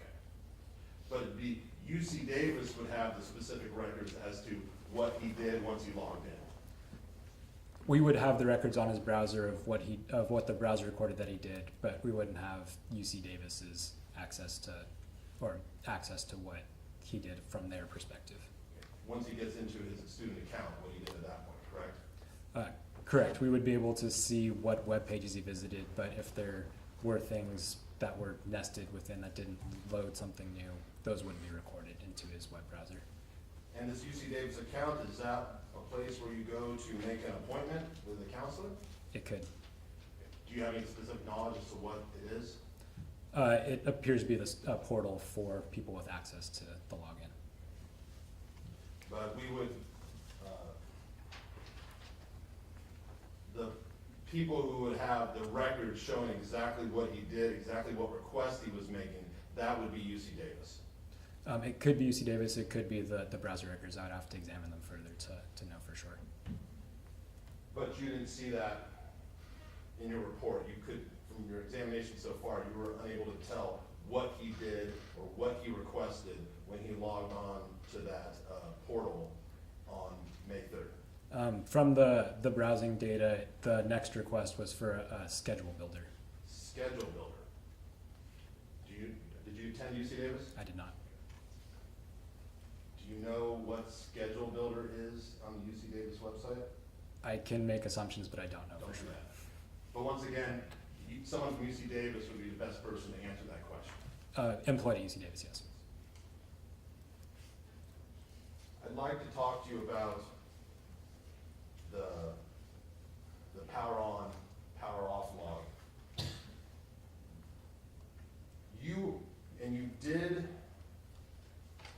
You have that in front of you right now? I can, Can you pull it up? yes.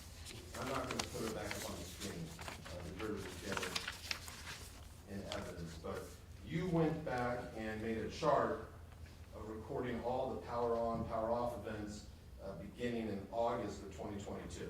Yes. And you noted that on April 19th, the battery died, correct? On April 19th? Yes, Okay. That means no one turned it off, it just ran out of juice. correct. And the battery also died on April 23rd. Yes, The battery also died on April 25th. yes, And the battery also died on April 27th. yes. Now, on April 17th, did the battery die on that day as well? Yes, it did. But prior to April 17th, you are unable to tell whether those other prior power on, power off events are because someone turned it on or the battery died, correct? It becomes much less clear based on the logs. The data that you have only allows you to see that from April 17th and forward. Correct. So all these other logs recorded, half of them, 75% of them, they could all be the battery dying. You just can't make that determination. Correct. So, but looking at the logs, you could see within the 3 months leading up to the events in late April and early May, there were some significant periods where the phone was off for an extended period of time. From February 20th to February 24th, the phone was off for 4 days. Yes. From March 23rd to March 28th, the phone was off for approximately 5 days. Yes. And then from March 28th to March 30th, the phone was off for 2 days. Yes. And there were other periods during that time when the phone was off for an extended period of time. It appears so, yes. So, based on what you saw, this pattern of the phone being off for an extended period of time, that had gone on for several months. It appears so, yes.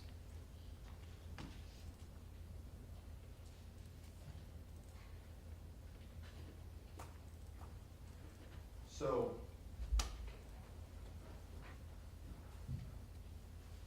in terms of the phone being off around the events that are charged in this case,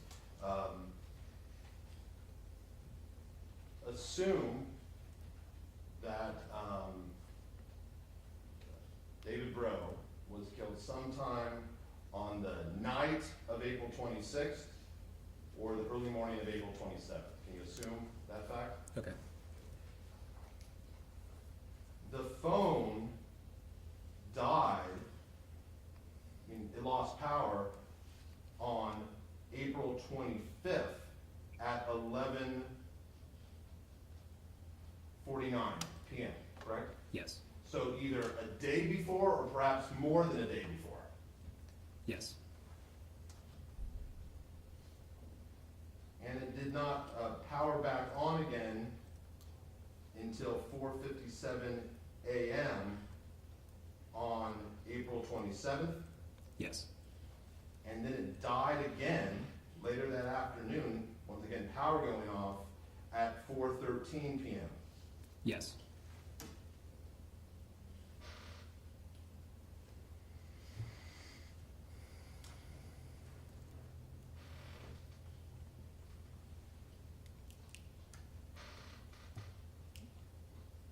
And then when did it power back on? Later that evening, is that correct? Yes, at 11:26 p.m. And then it was turned off on, according to your log, on April 28th at 12:21 a.m. Yes. And it then remained off for until April 30th at 11:43 a.m. Yes.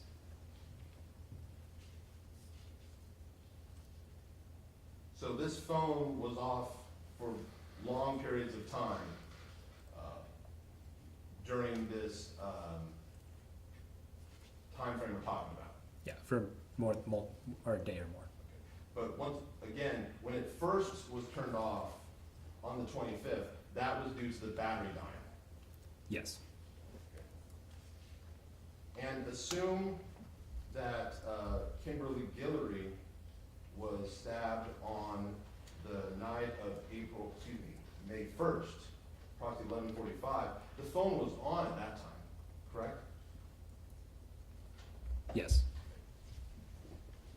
Just it was located at the Hawthorne residence, based on your analysis. Yes.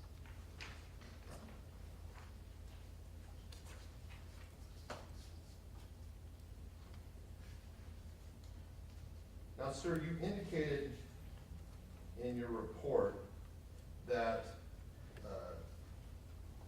the data you used, the data you used, the primary source is a specific type of data. Remember writing that on page 2 of your report? Are you referring to the location data? Yeah. Oh, yes. You say primary, what do you mean by that? Did you use some other less reliable data as well? No. So when you said primary source, you should have wrote only source? Yes, So that's just an error in drafting. yes. So my last question, you recall the prosecutor showed you an image that showed a large circle on May 1st at about 7, that would be 7 p.m., is that correct? Are you referring to the example image that Yes. was shown? Yes. And is that at May, if you look at it in front of you, I want to make sure I'm getting it correctly. Is that May 1st?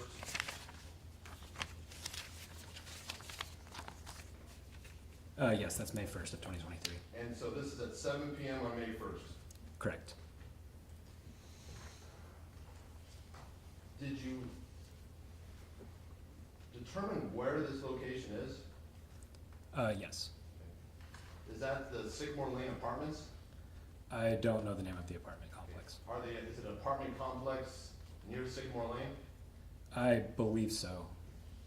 So there's a circle, it includes several buildings, it also includes the parking lot.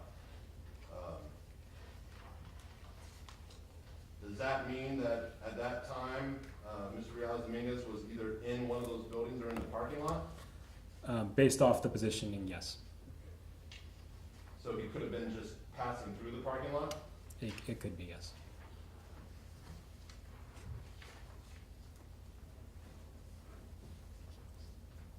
Are you able to tell whether he was passing through or whether he was there for an extended period of time? I'll have to refer back to the data set to answer that for sure. But as you said, now you don't know? I can look at the chart on the following, or the map on one of the following pages to answer that. Okay. So it could be, this is just him walking past a location? It could be. Can you determine that just by looking at the map on the other page? Yes.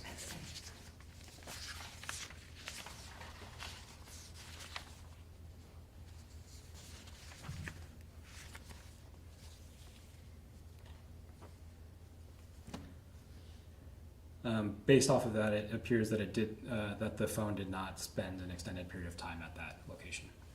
So he may have simply been cutting through a parking lot? It's possible. And on the routes you noted on May 1st and May 2nd, that was to and from the UC Davis campus? Yes. Did you compare that, and you noted some buildings, correct? Yes. Did you compare that with the buildings to see if he was going to his classes on May 1st and May 2nd?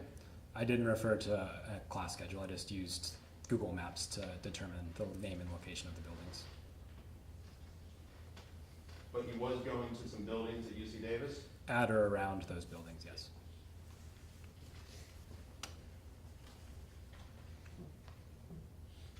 And so,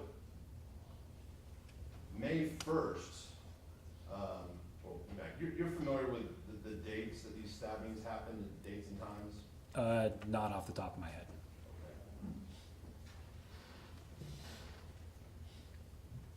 I've already asked you to assume that Mr. Bro was stabbed either the night of April 26th or the early morning of April 27th. Okay. And can you assume Mr. Abu Najim was stabbed the night of April 29th at approximately 9:10 p.m.? Okay. And you can assume Miss Guillory was stabbed on the night of May 1st at approximately 11:45. Okay. So, assuming those facts, May 1st, if he's going to class, that would be after the first two stabbings, would it not? Yes. And on May 2nd, if he's going to class, that would be after all stabbings. Yes.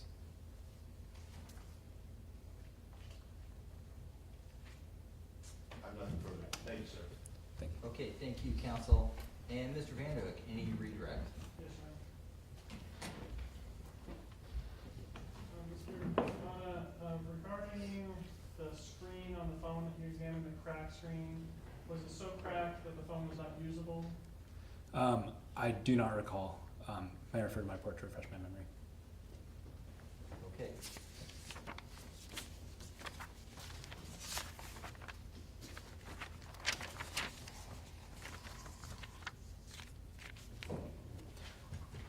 Yes, that's correct. The screen was not usable. So, so if the phone was turned on, could people see what was on the screen? Or could you see could you log in and do stuff on the phone if you wanted to? The touch screen was unresponsive, so you couldn't enter anything. Right, and then, you talked with Mr. Hutchinson about, the UC Davis login page and that kind of activity of logging in at that page. Yes. And I just wanted to clarify, that activity, was that done on the laptop that you examined or on the phone that you examined? That was on the MacBook, so the laptop. Okay, so the visiting of the UC Davis page and logging in is on a computer and not on a phone. Yes. Okay, and so I want to ask you a little bit about cached images. When you look at a website, and I pull up a website and it's got like images on the website, are those images then sometimes cached on the computer? Yes. And so those are cached images, and I don't have to like click save, it's just something that the computer saves the images itself. Yes. And so regarding a website, is it going to cache images that aren't on that website? It is possible, depending on, it would have to have been appearing on the website at the time, but it may not have originated from that website. For instance, advertisements that may come from a different website could appear in the cached images. Okay, so I want to talk to you about the Amazon kind of cached images and the number of knife images that were there during that time. You ever shopped on Amazon? Yes. When you search for an item, does it display kind of images of items responsive to your query? Yes. And does it display a number of items that are responsive? Yes. Would it display 550 on a single page? Only if you keep on scrolling down. Okay, and then as you're scrolling, does it load more as you're going? Yes.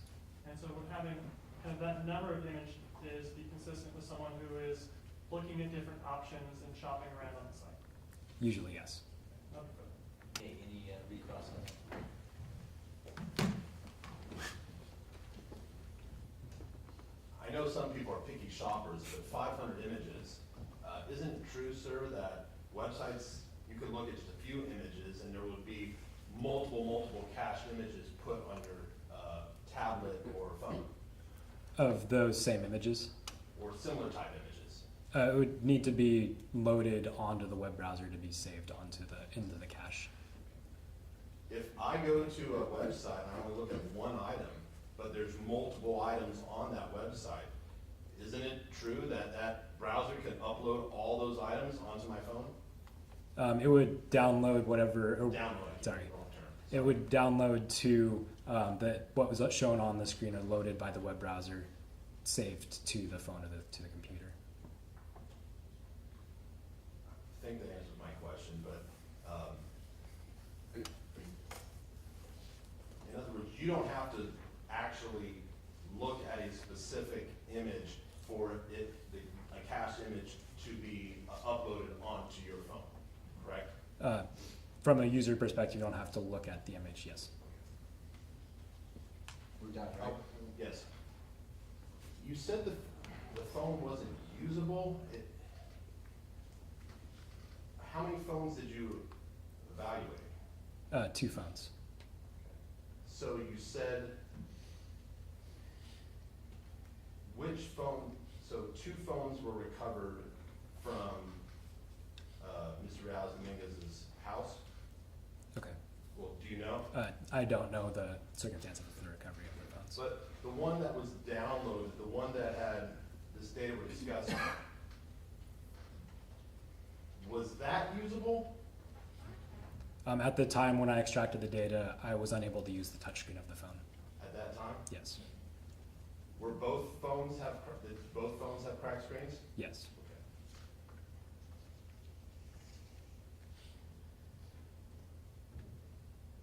But it really wouldn't make much sense if a phone couldn't be used at all to power it on and power it off, would it? If it was unusable at the time that it was used. But you would agree that if phone touchscreen doesn't work at all, then there's really no reason to charge it or no reason to turn it on or off. You would agree with that, correct? It depends on what the person has the phone for. But you know that there can be phones that can be severely cracked and hard to read, but you can still use them. You've seen that. Yes. Nothing further. Okay, all right, this is your witness, are we done? Just on Okay. the last point. Sir, when law enforcement officers collect phones, is there a protocol that should be followed for preserving the data that's on the phone? Yes. What's that? They should be removed from the network and so isolated from Wi-Fi networks, from the cellular network, so it so the data isn't constantly changing, and so that way there can't be any sort of remote wipe. So they try and isolate it from the network. Is that generally done by putting the phone in airplane mode? Yes. And so, we talked earlier about how certain types of data are only saved for certain amounts of days. It's important to kind of isolate the phone like you talked about so that data that only lasts for a small period is not removed by the phone itself. The phone may still remove things even if it's not connected to a network. Okay. And do you know if this phone that you're examining was one that came while it was in airplane mode, isolated from the network? The way that it was received when I did the extraction from the phone, it was powered off. Okay. And when you power it on, is it in the same mode or does it not? It's in the previous mode of when it was turned off. So in this case, it was in airplane mode. Okay, so when you powered it on, it was in airplane mode. Yes. And so then, do phones go in airplane mode by themselves? No. Okay, so then, by it being in airplane mode, then it then would appear that somebody previously interacted with the phone and put it in airplane mode. Yes.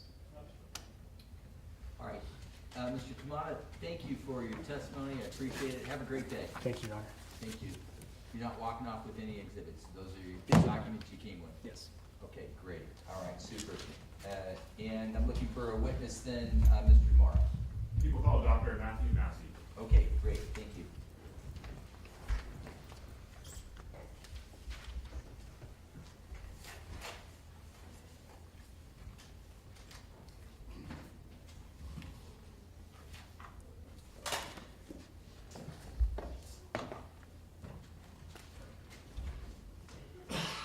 Dr. Massie, come on in. Good afternoon. My name's Sam McAdam. I'm presiding over this trial, and thank you for being here. I'm going to have the clerk administer an oath to you. After you take the oath, then I want you to have a seat in the witness stand. We have 2 lawyers to ask questions. Please raise your hand.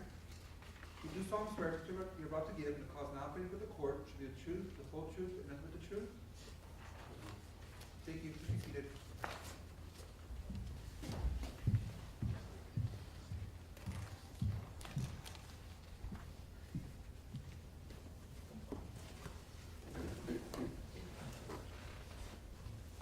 Okay, your first and last name for the record. You spell them both. My first name is Matthew, Matthehew. My last name is Massie, M as in Mary, Assie. Okay, thank you. Can you move in a little closer to the mic? Maybe angle that mic up a little bit for you? Yes, that should work. Okay, Mr. Demora, direct examination. Thank you, Your Honor. Good afternoon, Dr. Massie. Good afternoon. Dr. Massie, tell us a little bit about yourself. Obviously, I'm referring to you as doctor. What do you do for a living? I'm a neurologist at UC Davis Medical Center. My first career was computer science, and I went to medical school recently, and I'm in a residency program at UC Davis. I'll graduate next month. And as a doctor, take it you have training and experience on how to perform life-saving procedures such as CPR at one level all the way up to more higher levels of expertise. Definitely. I timed my residency pretty poorly. During a pandemic, I've had a lot of experience with CPR. I'm sorry to hear that. And I'm sorry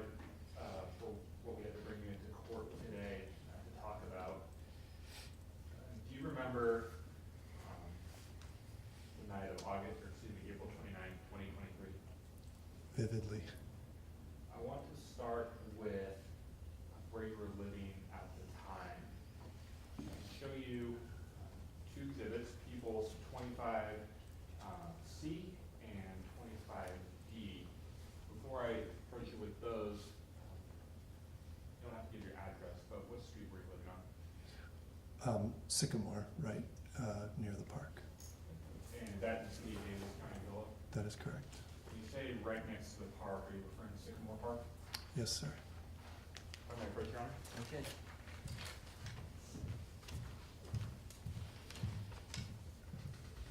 Dr. Massie, in this first exhibit, People's 25C, do you recognize that as a Google map of City of Davis with Sycamore Park Correct. and Sycamore Boulevard in it? I do. I see an X marking the spot where Kareem was murdered. And going to 25D on the backside, or excuse me, behind that one, sorry, right there. And do you also recognize that as a Google map image sort of pulled out from Sycamore Park and Sycamore covering City of Davis? I do, yeah. It's this same mark at the same spot. And is the red X on both of those, you mentioned that on 25C, that looked like where Kareem was murdered. Do you believe that those markings are accurate to the best of your recollection? Actually, let me look again here.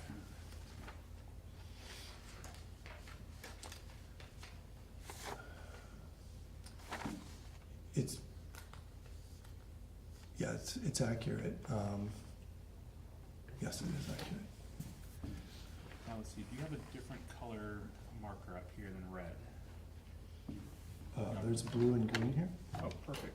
With blue, I'd like you, if you can, on 25C to circle where your residence is. Start on this one, on 25C. And then on 25D, if you could do that as well. Great, thank you.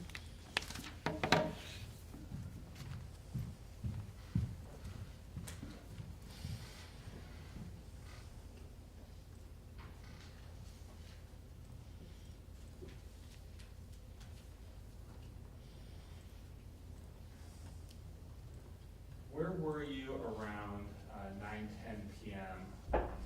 April 29th, 2023? I was at home. I was working on a project to connect to weather satellites, and so I had my back door open. I ran a cable out to the dish in the backyard, and I was focused on my computer and working on that project at the time. Where does the back door open to? Which street? It opens in the backyard. It's a sliding door. It's in the north east corner of the house.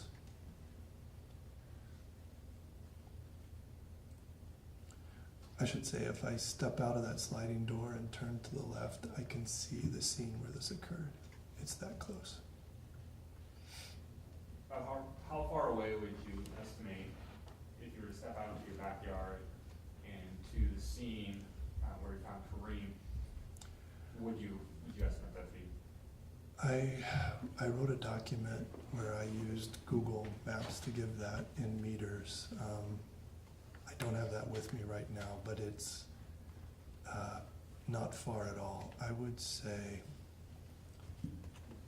Let me do this. From where I'm sitting to the door is 38 feet. I would say then it's 70 at the most, maybe closer to 50 to 70 feet.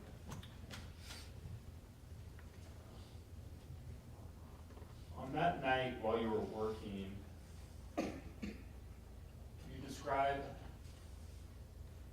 the noise level outside? Was it loud? Was it quiet? It's a college town. We're not too far from a high school, so it's pretty common to hear a lot of commotion.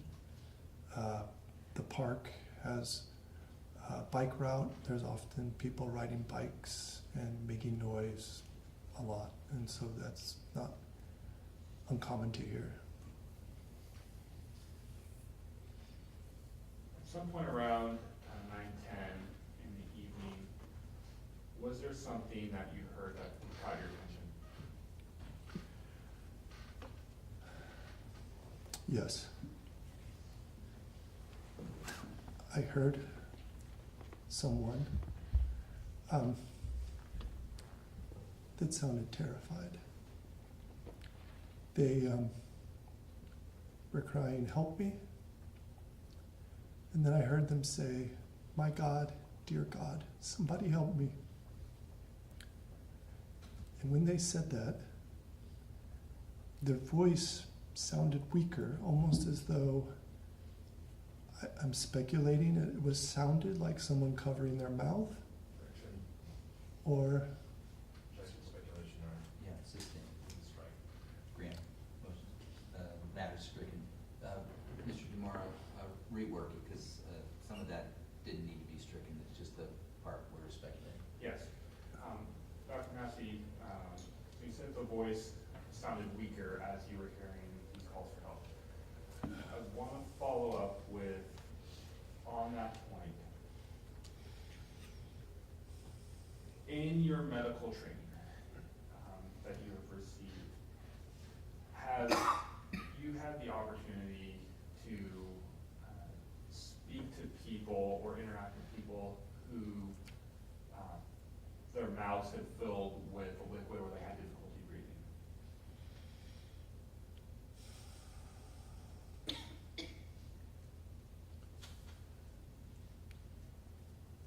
that's happened. The thing I'm trying to remember is if, in that situation, usually the person is unable to speak to me. So, to be completely honest, I cannot think of a case where I had a patient who was having airway difficulties that was trying to speak. Let me think a moment.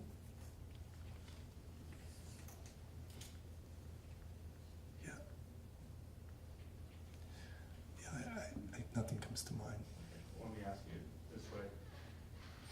As the voice was becoming weaker, were the words becoming less audible?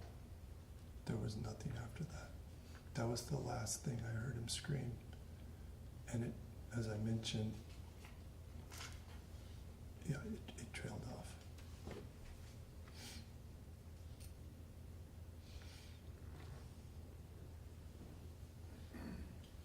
From the first cries for help that you heard,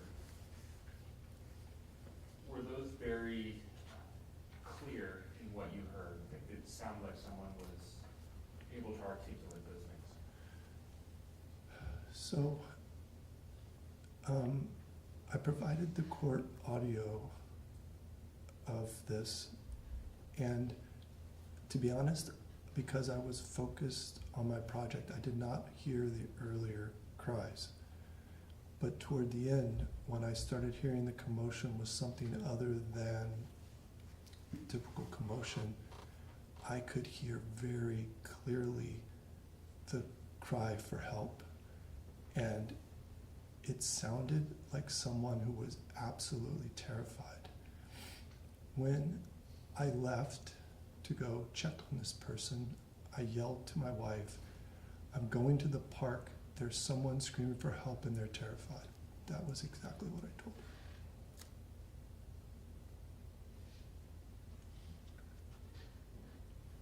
Did it sound like, as you heard more of the cries for help, did it sound like the individual was having more difficulty making those cries for help?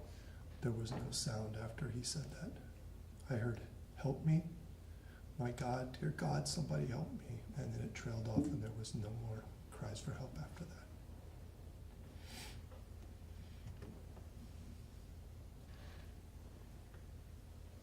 From when you heard, when those cries for help trailed off, were you still at your house getting ready to go to the park, or had you already left to go to the park? I heard him say that as I was putting my shoes on. And I was already on my way. I provided the court times of how long it took. It took from the time he first screamed on my home audio until I was there was about 90 seconds.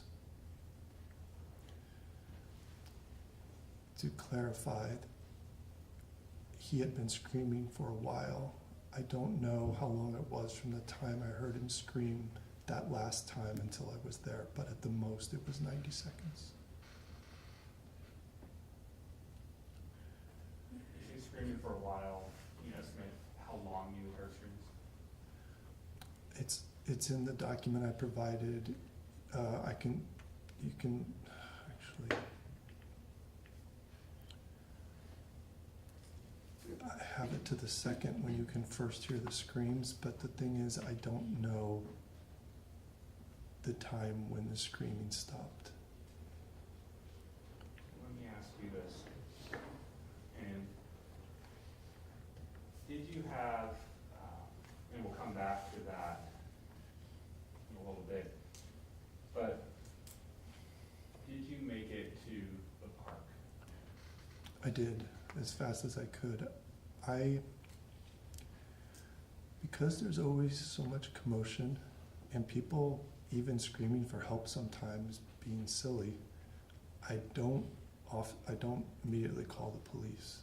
And so my thought was, I need to go out and figure out what's going on. I was in my backyard for a short period of time, listening if I could hear the cry for help again. And I looked over at the back gate in my backyard, which allowed me to peer straight into the park. And that's when I saw what appeared like people on the ground and bikes next to them. I was hopeful that what had happened was that two people had collided on the path or something had happened. And so I did not call the police at that time. I just opened my gate and ran to the park. You can see on the video I provided the court how rapidly I was moving to get there to help them. And so let me stop you right there. When you created your gate, and you saw two people, you said you saw on the ground.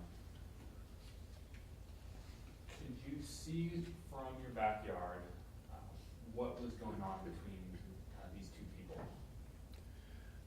No, not at all. The location was very dark. The path into the park near Sycamore has a light that makes it easy to see that intersection. And then further into the park is a second light, which makes it easy to see. But there's an area between them that is very dark with some trees. And it's a spot that makes it very difficult to see what's going on. Is that the area where these two people were? That's correct. They were in the dark area between those two lights. And I couldn't make out much more than people on the ground and what looked like two bikes to me at the time off to the side.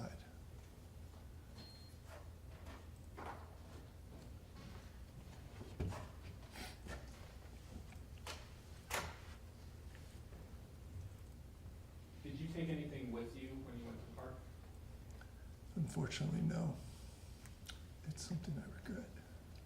I A didn't. cell phone or a light or something like that? I had my phone. I didn't bring a flashlight. I always have a flashlight ready, but I had it in my car, and so I went out with just my flashlight. I'm sorry, with just my phone.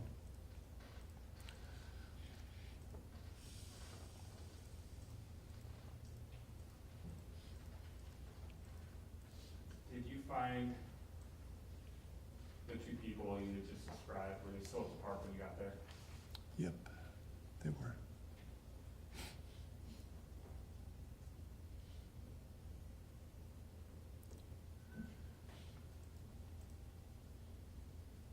got there, how close were you to the two people?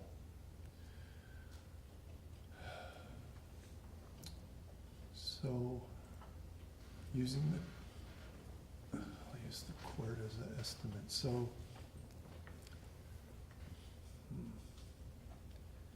basically, to that podium behind you, if I were standing on Sycamore entering the park, they would have been about that far away on the ground in the darkness. 20 feet.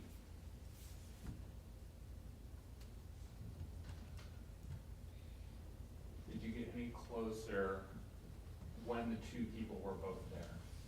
Yes. The first thing I said was, "Are you guys okay? Did you have a wreck? What's going on?" No one moved. No one replied. And then I started walking closer toward them. And it took a while for my eyes to adjust to the darkness. But once I got closer, I realized Kareem was on his back, wearing his backpack. And the other person was just on the other side of him, on his belly, looking, well, he was on his belly behind him, not moving as well. I did a terrible job describing that. I want to do that again, if it's okay. Give me a Kareem, second, I'll break it up to make it. okay, thanks. So, you know one of the people there to be Kareem Abu-Najim, correct? Correct. So let's start with Kareem. Where was he on this bike path? He was off the bike path.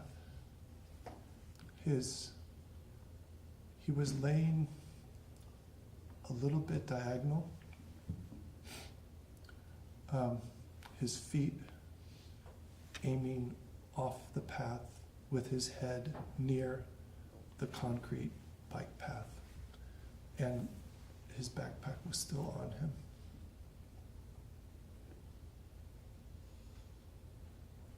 Was he on his back or on his side or on his stomach? He was on his back. He was laying on his backpack.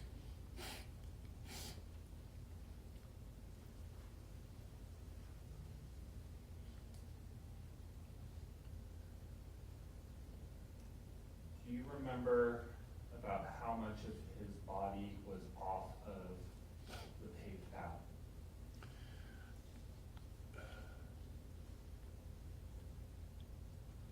I think a good way to describe it is if you imagine someone wearing a backpack that they have on, and they kind of scoot down into the backpack with the backpack on the concrete and the rest of their body in the grass beside the concrete pathway.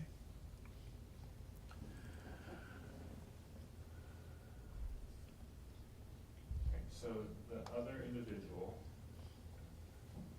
I was there, the other person you described, and just to be clear, only two people at this point, excluding yourself. That is correct. Where was this person in relation to where Kareem was?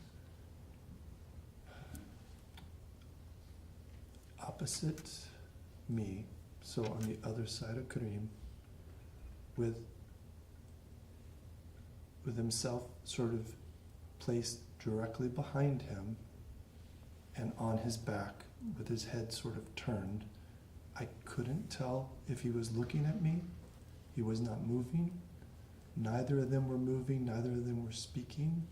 Neither of them answered my questions or when I called to them. And to be clear, I was moving quickly toward the two of them. So what we're describing is we're taking our time. I guess what I'm saying is that it did not take long for me to get to them. We're breaking it up and putting it in That's slow right. motion. Right, exactly. It just seems different now, talking about it so slowly.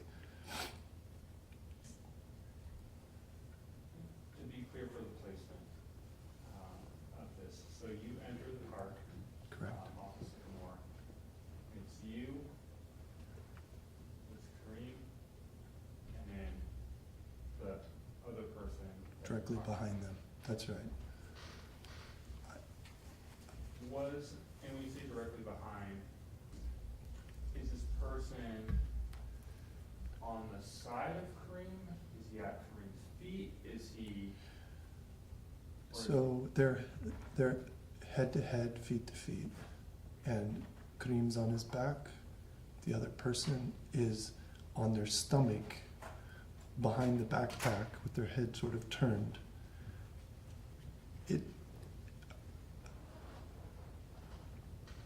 I could speculate they were looking toward me. I don't know. That's what it felt like, but I did not see them look at me. I did not get a good view of them at that moment as I was racing up because it was so dark. But I knew there were two people there. This other person, with Kareem, did you see anything in his hand at this time? No. Did you see him make any movements or anything like that? No. He was perfectly still. Both of them were perfectly still, which was perplexing. And then the second person instantly jumped up and ran so fast. It was as though they were waiting for me to get to a certain distance, or maybe, again, this, I don't want to speculate. It's important. Yeah. Sustained. I'm sorry? It's all good. Don't speculate. No, that's what I mean. Exactly. And so- But when I say they jumped up because Yeah. they were waiting, Yeah, that just- sounded. all you have to do is describe what you I'm- saw. And you did. yeah, I You did that. apologize. No, it's all good. Thank What you. I mean by that is, it seemed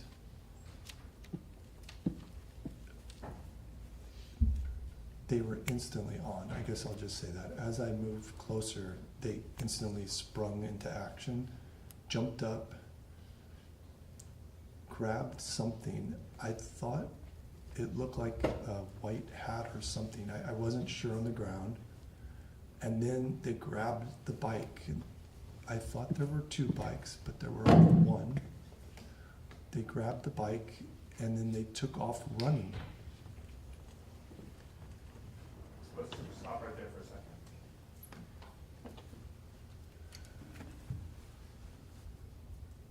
When this person jumped up, how close had you gotten to Kareem and this other person at that point?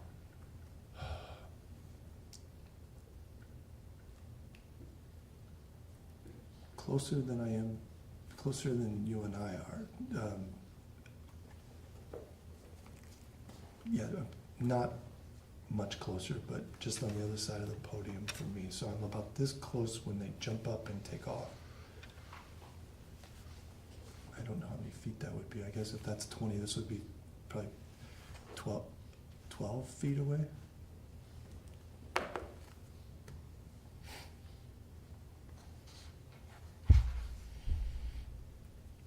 Did it appear to you, or did you think in that moment that you may have startled this person?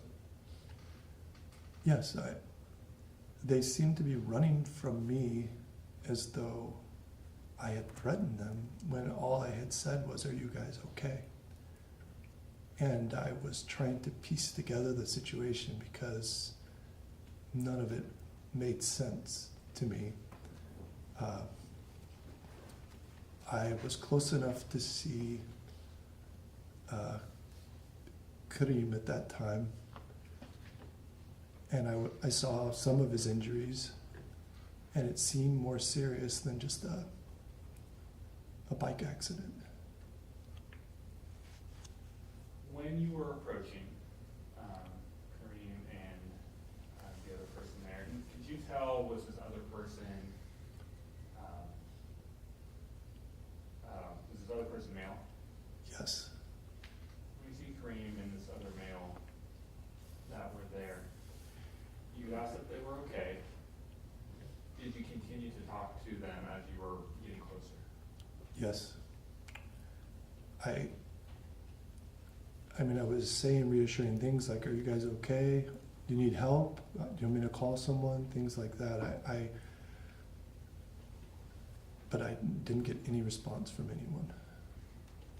At some point, did this other male respond to you? Did he say something back to you? Not initially. So I didn't chase the other male initially because I wasn't sure what was going on. But as I approached Kareem, as I approached them, I turned my iPhone light on, which didn't really help. But the one thing it did do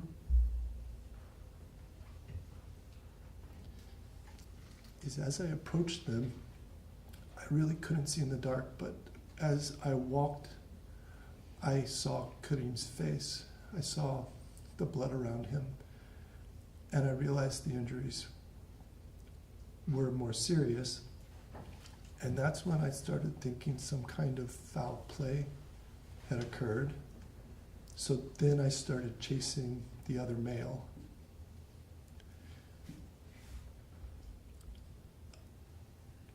When did the person, the other male, did he run before or after you turned your light on? After I had turned my light on as I was approaching them because it was so dark, it didn't help. Yes.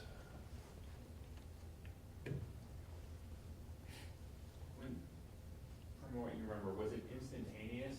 You turned your light on and that other male immediately popped up and ran, or was there a delay? I honestly don't remember. What I do remember, it was after only because I turned it on as I walked into the darkness because I could not see anything. And they took off running, as I was getting closer with the light on. But I don't think it was instantaneous, I'm not sure. You said that you thought there were two bikes, but there was only one. Correct. Where was that bike? Where was that bike? Well, if you were to draw a line from them on the ground, straight from their legs, it was off to the side in the darkness and the dirt and grass next to the trail. Was any part of Dream or this other male touching the bike when you first saw him? No. Were they inches away, feet away? How far? I would say 2 or 3 feet away. It wasn't very far from where they were at.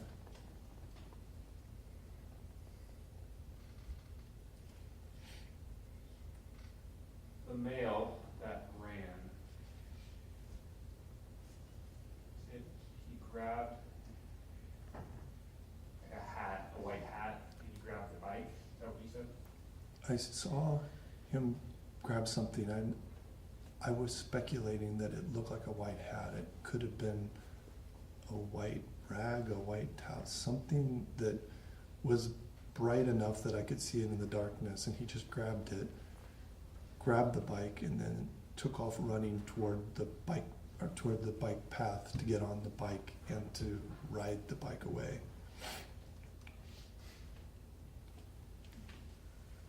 Did this person, when they grabbed the bike, could you tell, were they running with the bike at their side? Like Yes. The handlebars? That's right. So they initially picked the bike up. The bike was to their right side. They were running with the bike to get momentum onto the trail. And that was when I took off running after them. So I was going to try to get closer to see who they were and what was going on, because at that point I had seen Kareem's injuries and I was suspicious that they had done it. Okay, let me stop you there. Dr. Massie, I want to thank you for your testimony today, and that's all the time we have. So, Mr. Moore, can we start with this witness at 9:30 tomorrow? Yes. Okay, so Dr. Massey, I'll see, have a good night, thank you, I'll see you tomorrow. Okay. Thank you, you're excused. Ladies and gentlemen of the jury, we're gonna be back tomorrow, it will be a normal schedule, 9:30 to 4:30 with the breaks we talked about. And each night, remember, don't form any opinions, don't discuss, don't research. And I'll see you tomorrow, same time. Thank you, folks, have a great night, thank you. Off the record.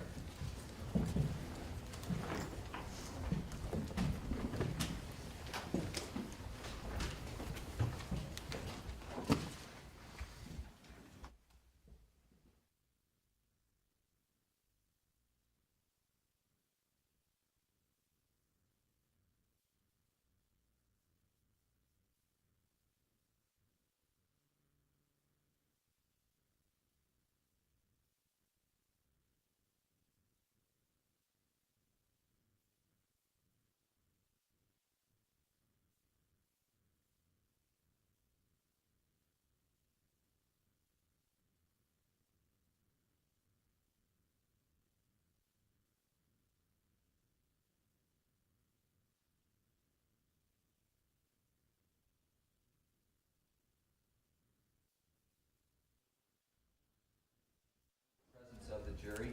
And then, Mr. Demora, what's tomorrow look like? Another full day, Your Honor. We'll finish with Dr. Massey. We'll have Officer Keel. We'll have PSS Sherry Cold, likely Dispatcher Shannon Hall.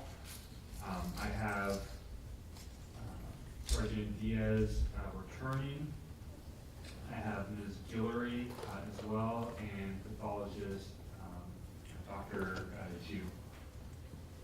And I may have a couple other witnesses lined up depending on how fast we move.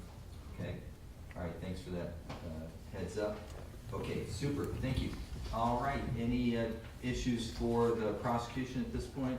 On the motion that Mr. Hutchinson filed either late yesterday or early this morning, if we could perhaps, I can respond to that tomorrow morning. I didn't have a chance to fully read it, but I think we can do that probably before the jury comes in. So that's regarding pictures of the proceedings prior to the day. Correct. Yeah, right. And do we need to address that tomorrow? Possibly, but not immediately. Okay, well, I'll take it closer in time to when we need it. Thanks. It may be something we could, at the earliest, we need to address in the afternoon session. Okay, thank you. Yeah, I appreciate the heads up. Anything else then, Mr. Demora? No. Okay, thank you, Counsel, I appreciate it. Mr. Hutchinson, any issues at this time? Yes, one issue, Your Honor.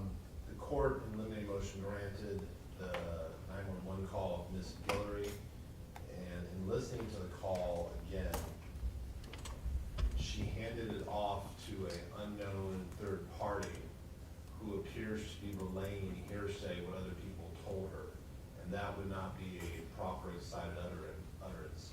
I have a spontaneous declaration. I have no objection to the 911 call where Ms. Guillory is speaking, but this unknown person who is heard calling out to other people, asking for information and making assertions, I don't believe that is a proper spontaneous statement. So I apologize, I should have raised that in limine. I did not realize there would be another person relaying hearsay on the 911 call. And it's non-spontaneous because, why, we can't identify the speaker, or? No, she appears, it's spontaneous, but it has to be based on something she personally observed. And what is clear, she's yelling out to other people to get information.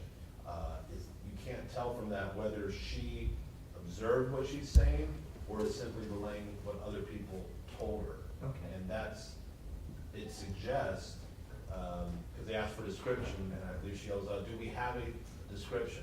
Which suggests she didn't actually see it, but she makes a reference to where this person allegedly ran.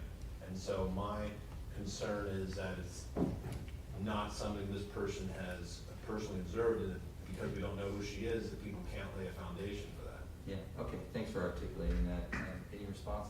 And under evidence code 1240, if you can have multiple levels of excited utterances or spontaneous statements, as long as everyone is perceiving the same event and they're relaying that while they're under the excitement and stress of that event, then you have multiple hearsay exceptions. So if the unidentified caller with Ms. Guillory is being told by other people who are perceived the description are under the stress of an event, and I don't think there's going to be any question that people were stressed out or excited at the time, then you have hearsay exceptions to that, and then you have hearsay exceptions as they're being related to dispatch as well. Mr. Hutchinson, so everybody's worked up and somebody off the phone is describing and narrating an event under excitement, and they're narrating that to a second narrator who's also excited and receiving it in real time. What's your argument? I've never seen, in my career, a double spontaneous statement. The code, evidence code section 1240 says it purports to narrate, describe, or explain an act, condition, or event perceived by the declarant. My suspicion is this is a person who did not witness it, but came in later and is now relaying what others told her. What others told her is not a spontaneous statement. She's not under the stress of what others told her. So I disagree with I people's agree with that reading. It's also problematic that we don't know who this is. So you really can't test the veracity of what's happening. Is this piece of evidence that critical? It is critical in the sense that it captures the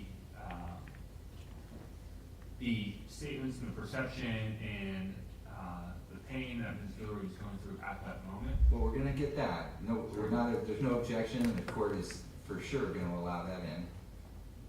It's just this it's really a secondhand narration of what other people are perceiving, and that's not what the rule was intended for. And then it's also problematic because it's an unidentified person and makes it, you can't really test it and so forth. Do you know the other people? Well, you have eyewitnesses, and you're gonna bring them in. There's two other folks, right? Ms. Guillory will be here. Right, okay. And there is a possibility that Ms. Guillory will be able to identify that person. Let me see the transcript. Tentative ruling is to grant the motion in limine, excluding statements made on the tape by unidentified second party who's not personally observing the incident. That's the way it's been described to me. But I do want to see the transcript of this, and we'll revisit it when I have that. Okay, thank you, counsel. Anything else at this time? No, thank you. No. Okay, all right, folks, I'll see you tomorrow morning. Thank you, Your Honor. Off the record.